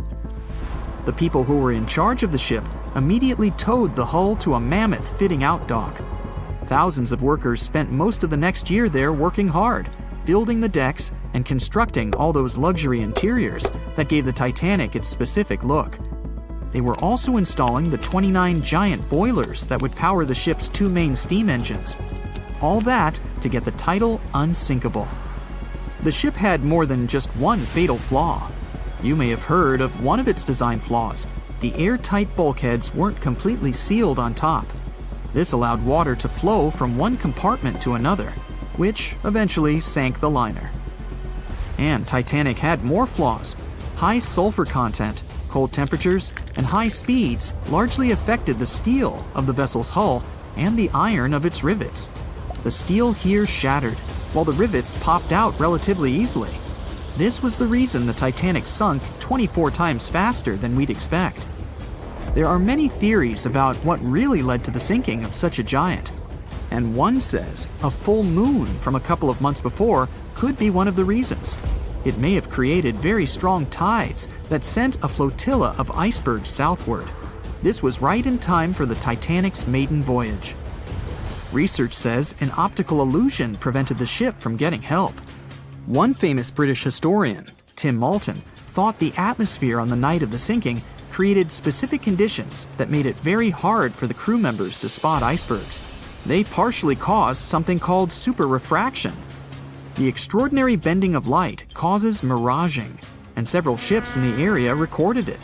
Not only did this prevent the crew from seeing the troublesome iceberg in time, but it also stopped one of the ships that could have offered help from identifying the call for help and communicating with the Titanic crew. Also, some say the ship was traveling too fast. From the start, they blamed the skipper for sailing such a big liner at such a high speed, 22 knots, through the cold and unpredictable waters of the North Atlantic, which was full of hidden icebergs. April 1912 marked one of the most terrible tragedies in the history of the world. The most unsinkable vessel, the pinnacle of engineering at that time, the huge Titanic, sank. On that dark, moonless night, the ship had many chances to save its passengers. There was another ship just a few miles away that could have saved the Titanic, but it didn't. It wasn't a phantom ship, and it's not some legend or a theory. This is a documented reality. There are records and witnesses' statements confirming this, but why didn't this ship help? Let's find out what happened that night by looking at these events from 3 different points of view. Let's start with the Titanic version. 11:30 p.m. The moon hides behind black clouds. Visibility is bad. Everything is calm on the Titanic. Under the captain's guidance, the communications operator stays in touch with the mainland through the radio. At this moment, some stranger breaks into the frequency, interrupting the operator's communication. It's unclear what this strange man wants and what he's talking about. The operator doesn't try to figure it out. He shouts at the guy, demanding him to disconnect. The connection is interrupted. At 11:40 p.m., the Titanic crashes into an iceberg. The ice breaks the hull. Water begins to flood the lower decks. Nobody is panicking yet. 20 minutes later, at midnight, the ship's crew sends a distress signal through the radio frequency. Few people understand how bad the situation really is. After 20 minutes, at 12:20 a.m., they start lowering lifeboats with passengers. At 12:25 a.m., they receive a response to the distress signal. This is RMS Carpathia. Their captain reports they're already sailing at maximum speed towards the Titanic. But the problem is that the crash site is 58 miles away. This means Carpathia will only be here in 4 hours. At 12:45 a.m., the sinking ship's crew release rockets into the air. These flares are one of the main reasons for the terrible fate of many passengers, but more on that later. 90 minutes later, the Titanic's deck breaks and the ship dives underwater. At 4:10 a.m., the Carpathia finally arrives at the shipwreck location. The crew members make heroic efforts to save all the people. They take 705 survivors on board. At this moment, another ship appears. It's SS Californian. The Carpathia sails towards the New York coast with all the people. The Californian floats in search of passengers and finds nothing but wreckage. The ship was only a few miles away while the Titanic sank into the icy water. The Californian could have saved these people, but did nothing. Its captain, Stanley Lord, made one of the most terrible acts that a sailor can allow. He didn't help a sinking ship. When the world found out about all this, they detested Captain Lord. They couldn't bring charges against him, and the trial didn't punish him. But his career was ruined entirely, as no other ship company would hire him. Despite this, he never confessed he had been guilty. Before he passed away, the captain said it hadn't been his fault. If this was true, then what happened there? This brings us to the Californian version. It's the night of April 14th. The Californian is sailing in the cold waters of the North Atlantic. The ship gets into a section with a lot of icebergs. At 10:10 p.m., Captain Lord stops the ship. It's too dangerous to move around this area, as they can damage the hull. At 11 p.m., the ship starts drifting. It's impossible to move in such conditions with such poor visibility. The captain knows that the Titanic is coming here, so he orders the radio operator to warn the ship about the danger. Radio operator Evans turns on the receiver and tries to contact the Titanic. He spends about 30 minutes on it. The connection is finally established. At this moment, the Titanic radio operator is speaking with the mainland. Evans interrupts this conversation and tries to warn the ship about icebergs. The operator doesn't understand Evans' words. He's annoyed because Evans broke into the channel so brazenly. He shouts at Evans and cuts the connection. Tired, Evans turns off the receiver and informs his superiors about the incident. It's still a mystery how the captain reacted to this news. He probably thought the Titanic knew about the danger. He lets Evans go to bed. If Evans hadn't turned off the radio and waited 1 hour, he would have heard a distress signal from the Titanic. But you shouldn't blame him. At this point, he has no official reason to stay at the transmitter. Evans is too exhausted and can't fight drowsiness. So, Evans goes to bed. The Titanic begins to sink. Its captain sends a distress signal. The operator on board the Carpathia catches it, but the Californian doesn't, since the receiver is turned off. Captain Lord can't sleep. He feels that something is wrong. Meanwhile, the Titanic is rapidly sinking under the water. The captain gives the order to launch rockets into the air. And here is where one of the critical mistakes takes place. They release warning lights, but they are not red. The crew forgot to take red rockets on board for some reason, so they lit up the sky with a bright white light. If you need to send a distress signal, you need to release red lights.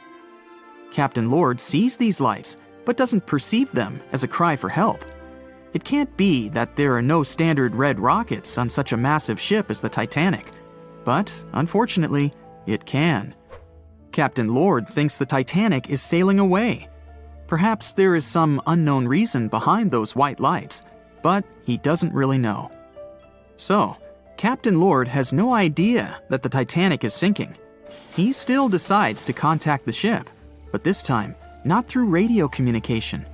Captain Lord doesn't wake up the radio operator and sends a signal to the Titanic through a signal lamp. It's important to understand that many old-school captains didn't take radio communication seriously.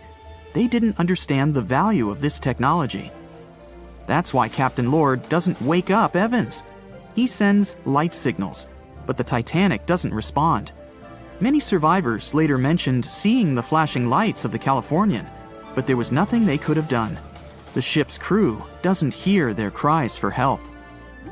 At 2:20 a.m., the Titanic completely goes underwater. A little more than 2 hours later, radio operator Evans wakes up and turns the transmitter on. He hears many rescuers talking about the sunken ship. Evans understands everything. He reports this to the captain. At that moment, the Californian immediately heads to the wreck site. They meet Carpathia there. With the survivors on board, it sails towards New York. The Californian stays sailing and looking for people. They find nothing but wreckage. The Californian returns to the mainland. The news about the ship that could have saved the Titanic is spreading all over the country. The trial begins. Captain Stanley Lord and the crew tell their version. They say their ship had been standing still. Many people don't believe them, and some of the surviving passengers claim to have seen the Californian sailing by. Still, the judge declares them innocent. 1962. Captain Stanley Lord is a very old man. He calls a notary to confess something. The captain makes his last remark about this case. He swears he's not guilty. But if it wasn't the Californian sailing past the Titanic at that moment, then what? The Samson theory could answer that question for us. The sealing ship Samson is sailing in the cold waters of the North Atlantic. The crew aren't sleeping. They carefully study the surroundings, but not because they're afraid of icebergs. They're scared of meeting with the U.S. Coast Guard. The Samson ship's crew catch seals, which is illegal. At 12:45 a.m., Samson's captain sees white signal rockets. The team is sure it's the Coast Guard. They turn off the lights and sail away. It's dark, so they don't notice the sinking Titanic. They return to the coast of Iceland and hear about the disaster. They realize they have abandoned the drowning passengers. The nephew of one of Samson's crew members reads about this story in his uncle's diary. The nephew asks for permission to publish these recordings. All the people realize that Captain Lord wasn't guilty, but unfortunately, He didn't live to see this moment. Actually, it's still unknown who is guilty in this story. 2 ships were nearby the Titanic. Their captains were adequate people. They would have helped save all the passengers. Their fault was that they couldn't understand what the Titanic wanted on that dark night. Someone forgot to put red flares in the box. This small but fatal detail was one of the leading causes of the tragedy. So in 2017, over 25 million people boarded cruise ships all over the world. Now, if you're keeping count, that's more than the total population of Greece. It's become America's favorite choice when it comes to going on vacation. It's easy to see why hopping aboard a cruise ship becomes more popular each year. Heading out on a cruise is also coming back in style with newer generations. 2/3 of Gen Y and millennials say that cruising is their new preferred type of vacation. How's that? Well, let's see. It's easy to plan in advance. On board, you can find activities for all family members, and you get a chance to visit several different destinations in one trip. An added bonus of booking a cruise? You can sample various places for a future time off. The entertainment on board is often top-notch, providing passengers with an added taste of luxury. And the amenities and accommodations are generally very reliable. Not to mention that it gives tourists that feeling of actually getting away from everything that people strive for while out of the office. Royal Caribbean International is one of the largest cruise lines in the world, with just over 19% of the cruise market as of 2018. Its current fleet is divided into many different classes of ships, including the Voyager class, Radiance, and Quantum. The latest addition to the Royal Caribbean International's impressive fleet was built in 2018. Wonder of the Seas is now the largest cruise ship in the world.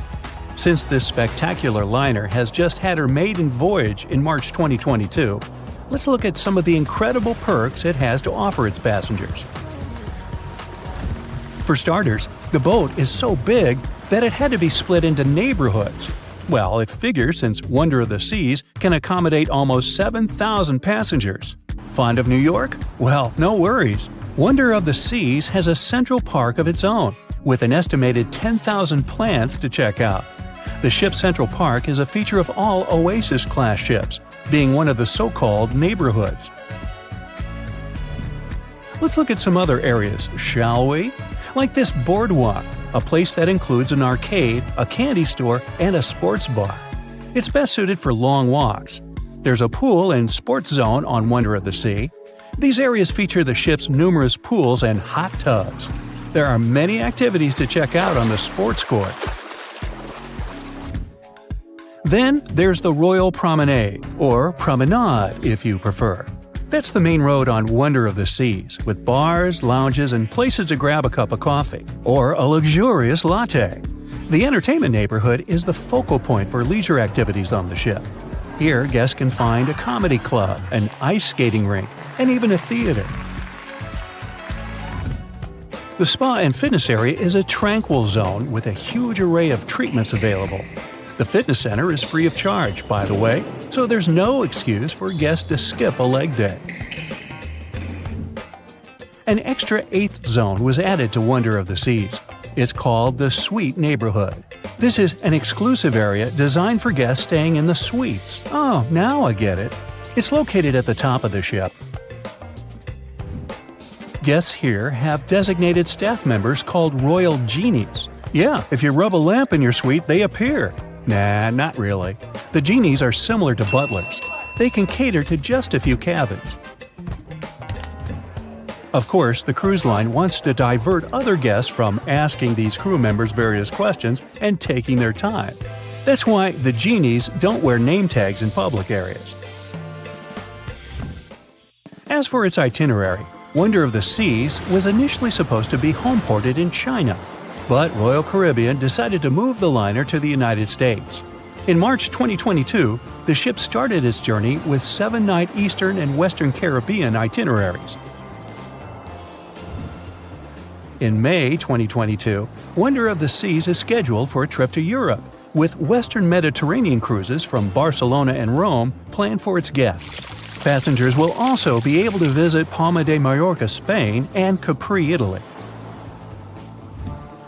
When the summer season is over, Wonder of the Seas is scheduled to return to Florida to offer year-round sailing starting November 2022.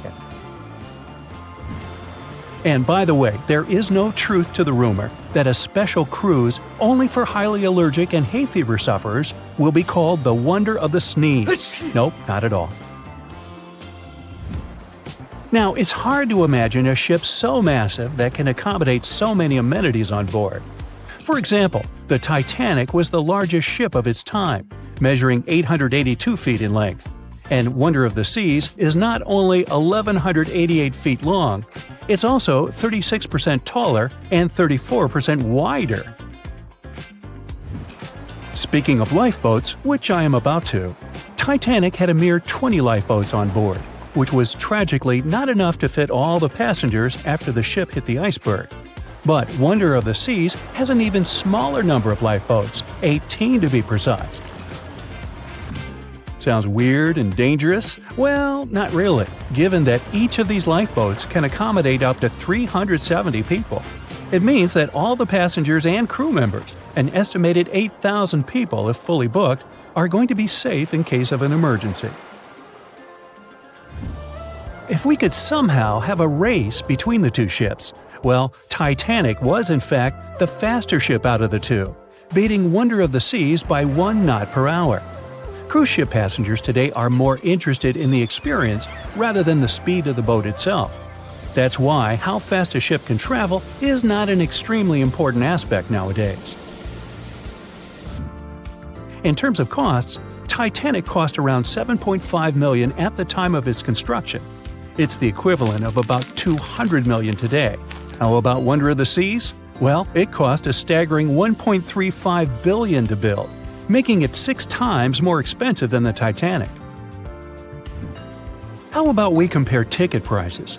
Well, in this case, the least expensive ticket on Titanic was £7. It's about $1,000 today.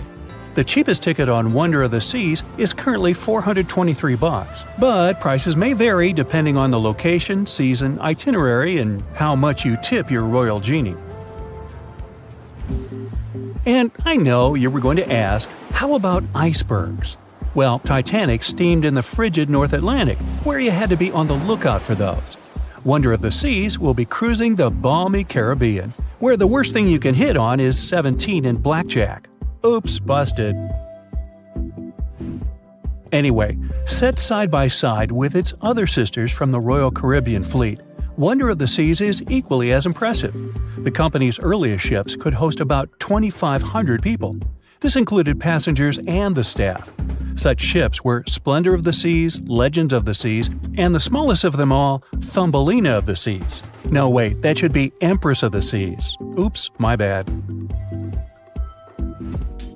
The largest ships in the company's fleet can now house about 9,000 people altogether. That's almost 3 times the size and capacity of the earlier liners. Wonder of the Seas is one of them, as well as Harmony of the Seas and Symphony of the Seas. Are you seeing a pattern here? Yep, if you ever encounter a ship with Of the Seas in its name, it's safe to assume it belongs to Royal Caribbean. But if it's a can of tuna, it might actually be Chicken of the Sea. Hey, I like tuna. Now, choosing between cruise ships based on their size is like wondering if you should visit your local museum or the Louvre in Paris. It all depends on your preferences. Some families prefer small settings. Others are fan of large spaces that can provide everything they need. Historically, it's equally as exciting how far we've come in terms of maritime transportation. The SS Royal William, for example, was the first boat to ever make a transatlantic voyage almost entirely steam-powered in 1833. And it was a mere 160 feet long and could house roughly 155 passengers. And if the seas were calm, then they were housed less roughly.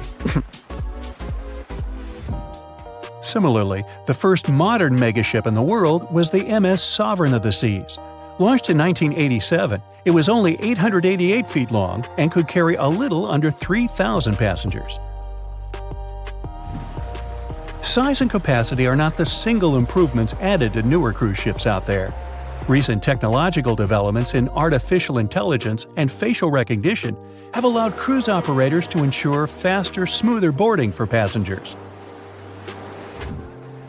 If, in the past, it took from 60 to 90 minutes for all passengers to board a ship, nowadays, cruise ship operators manage to get people comfortably settled in less than 15 minutes.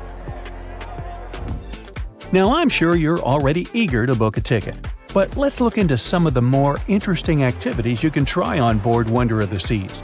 This way, you'll know what you're getting yourself into. All Royal Caribbean ships have loads of artworks available for their guests to enjoy.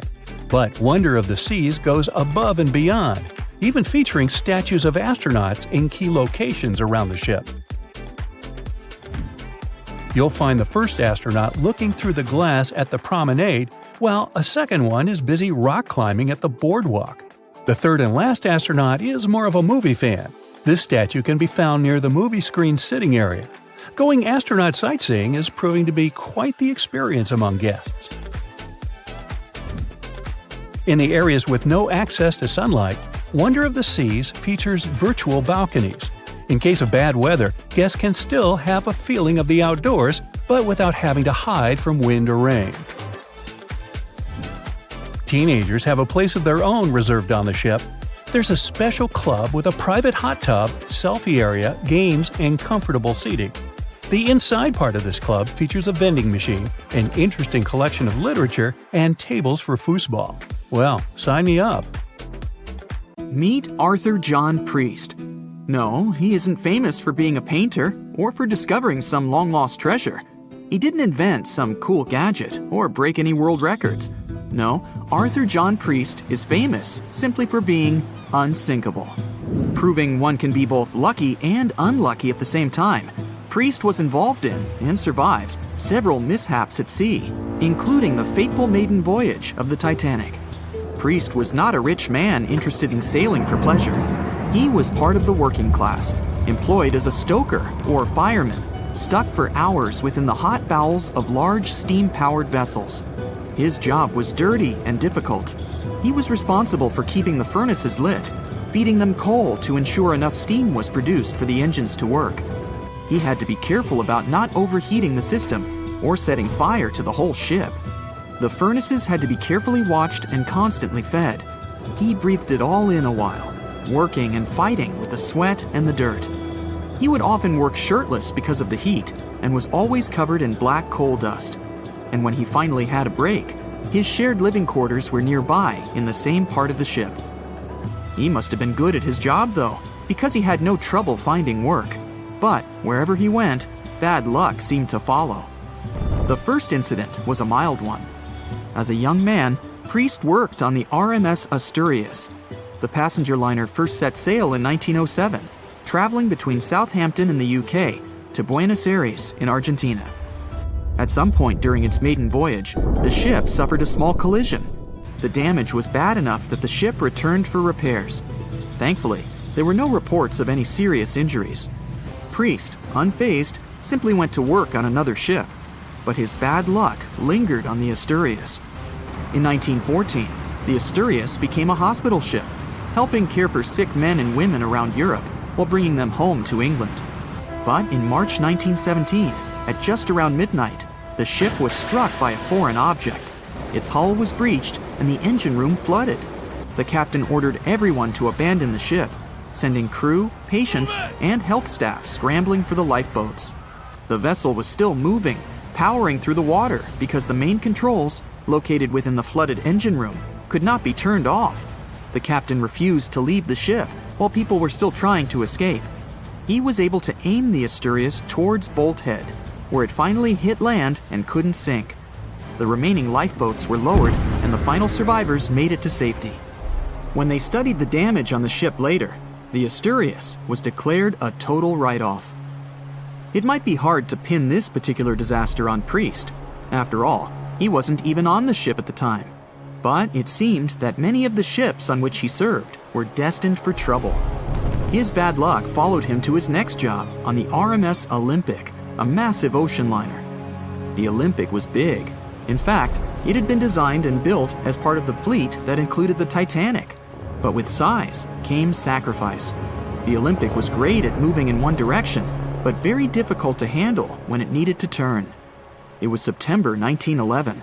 The Olympic was trying to alter its course. The Hawk, a smaller ship sailing nearby, didn't give the larger vessel enough room to maneuver, and the two slammed into each other. Because the Hawk was engineered to deal with potential confrontations when out at sea, its reinforced bow tore through the Olympic. Two large gashes appeared on the ocean liner's side.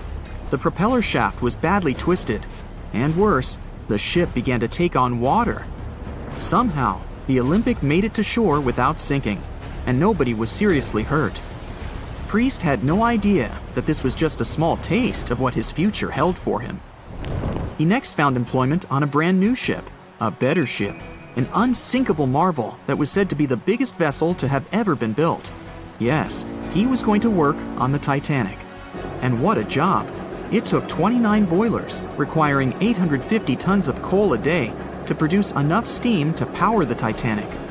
Priest was just one of 150 stokers toiling away in the ship's underbelly, keeping those fires burning day and night. He made around $30 a month.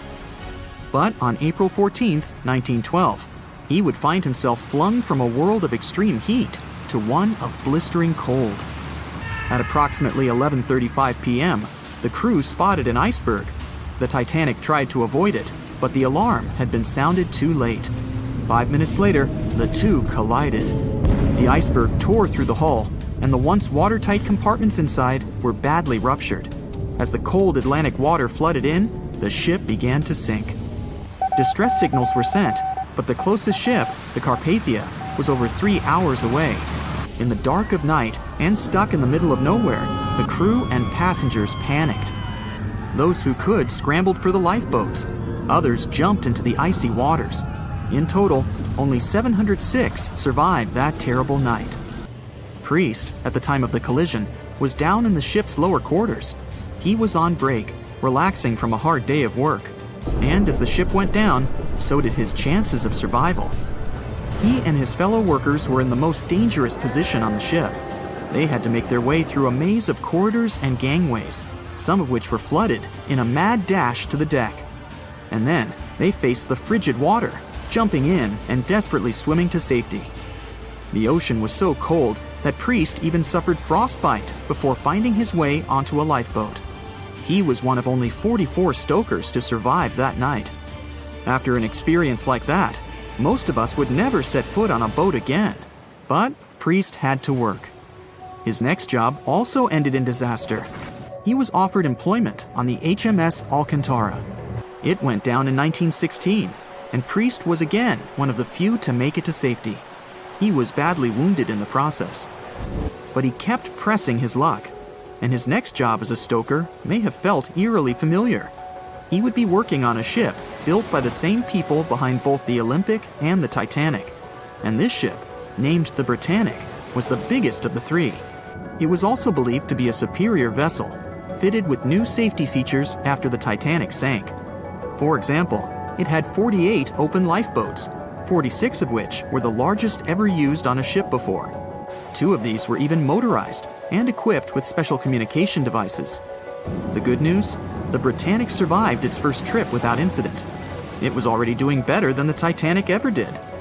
However, on November 21st, 1916, the Britannic was shaken by a loud explosion while traveling through the key channel in the Aegean Sea. The hull was damaged, and some of the compartments began to fill with water. But, unlike the Titanic, the Britannic had been designed for just such an emergency. It had been fitted with 5 watertight bulkheads. Intact, these would help keep the ship safe and floating for a much longer period of time. But there was one issue. Portholes along the lower decks had foolishly been left open. As the ship tilted, the portholes let in water, which flooded the Britannic and hastened its descent into the sea. This effectively made those watertight bulkheads useless. The ship was going down fast, much faster, in fact, than the Titanic had sunk. 35 of the lifeboats were successfully launched, saving most on board. Of the 1,066 passengers and crew, 1,036 survived. Priest, his luck intact, was one of them. And yet, he still wasn't done with a life at sea. He accepted a position as a stoker on the Donegal. It was a smaller passenger ferry that had been converted for use as a hospital boat. In April 1917, it was struck by a foreign object while fleeing an unsafe situation, and though he suffered from a head injury, Priest was again one of the survivors. It took experiencing 2 collisions and 4 sinkings before Priest was finally ready to retire. In fact, he reportedly said he only gave it up because no one wanted to sail with him. Can you blame them? He would live out the rest of his life on dry land in Southampton, England, with his wife Annie and their 3 sons. But Arthur John Priest would always be remembered as the unsinkable stoker. It was September 12, 1990. In those times, way before instant messaging and Zoom calls, a little girl was looking for pen pals. Zoe was aboard a ship from England to Belgium on vacation with her parents. She was only 10 years old at the time, but was a very clever schoolgirl. She took a piece of paper and started putting some words together. She introduced herself, then wrote about how she liked ballet and playing the flute and the piano. Of course, she couldn't help but mention her 2 adored pets, a little hamster she called Sparkle and her fish Speckle. She also put down the address at which she could be reached in case someone was interested in writing back to her. But alas, she was at sea. Who could she send this message to? An interesting idea came to her mind.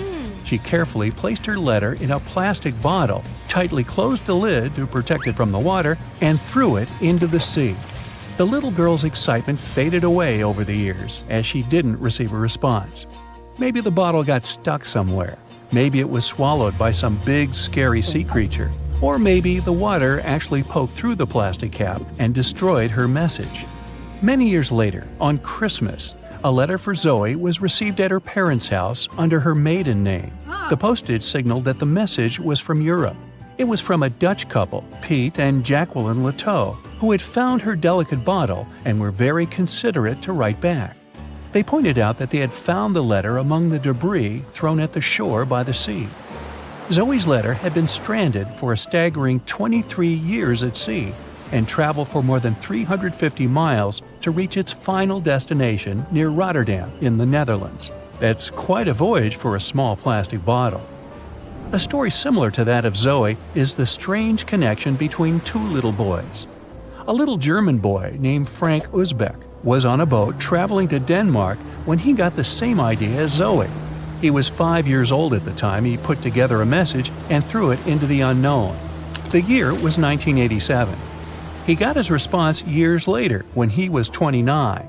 His letter, just like the one Zoe would send a couple of years later, had been at sea for 24 years. His message was found by a boy named Daniel Korotkin while he was on a walk with his parents on the Koronian Spit near the Baltic Sea. Daniel was lucky that his father knew enough German to translate the message. The unlikely friends eventually met via video call in 2011. Not all message-in-a-bottle stories have been explained away.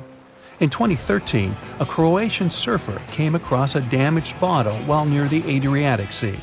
The message it contained dated back to 1985, and it was from a man named Jonathan.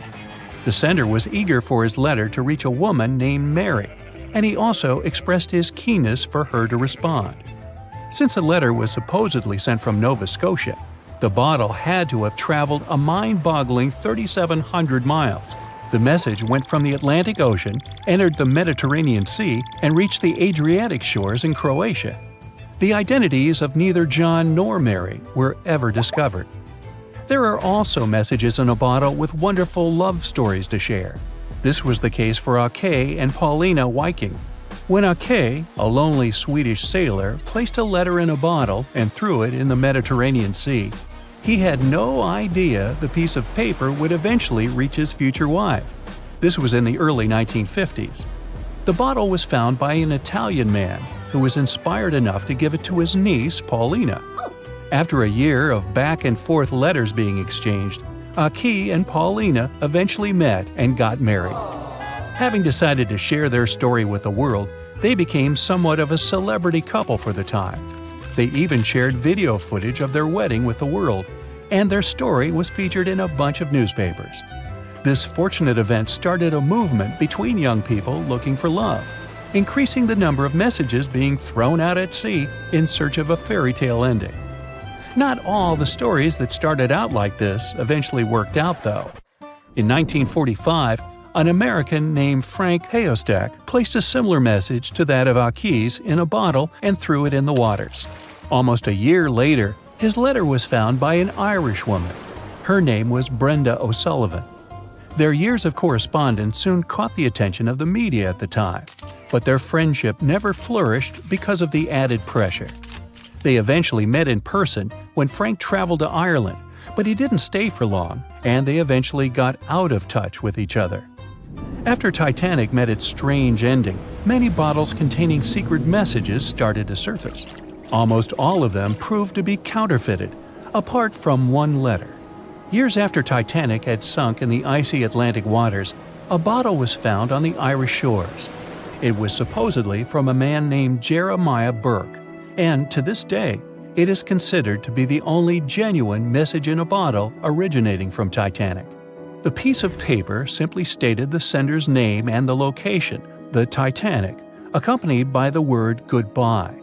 Since the date has washed away, it's difficult to estimate whether the note was sent before or after the ship had hit the iceberg.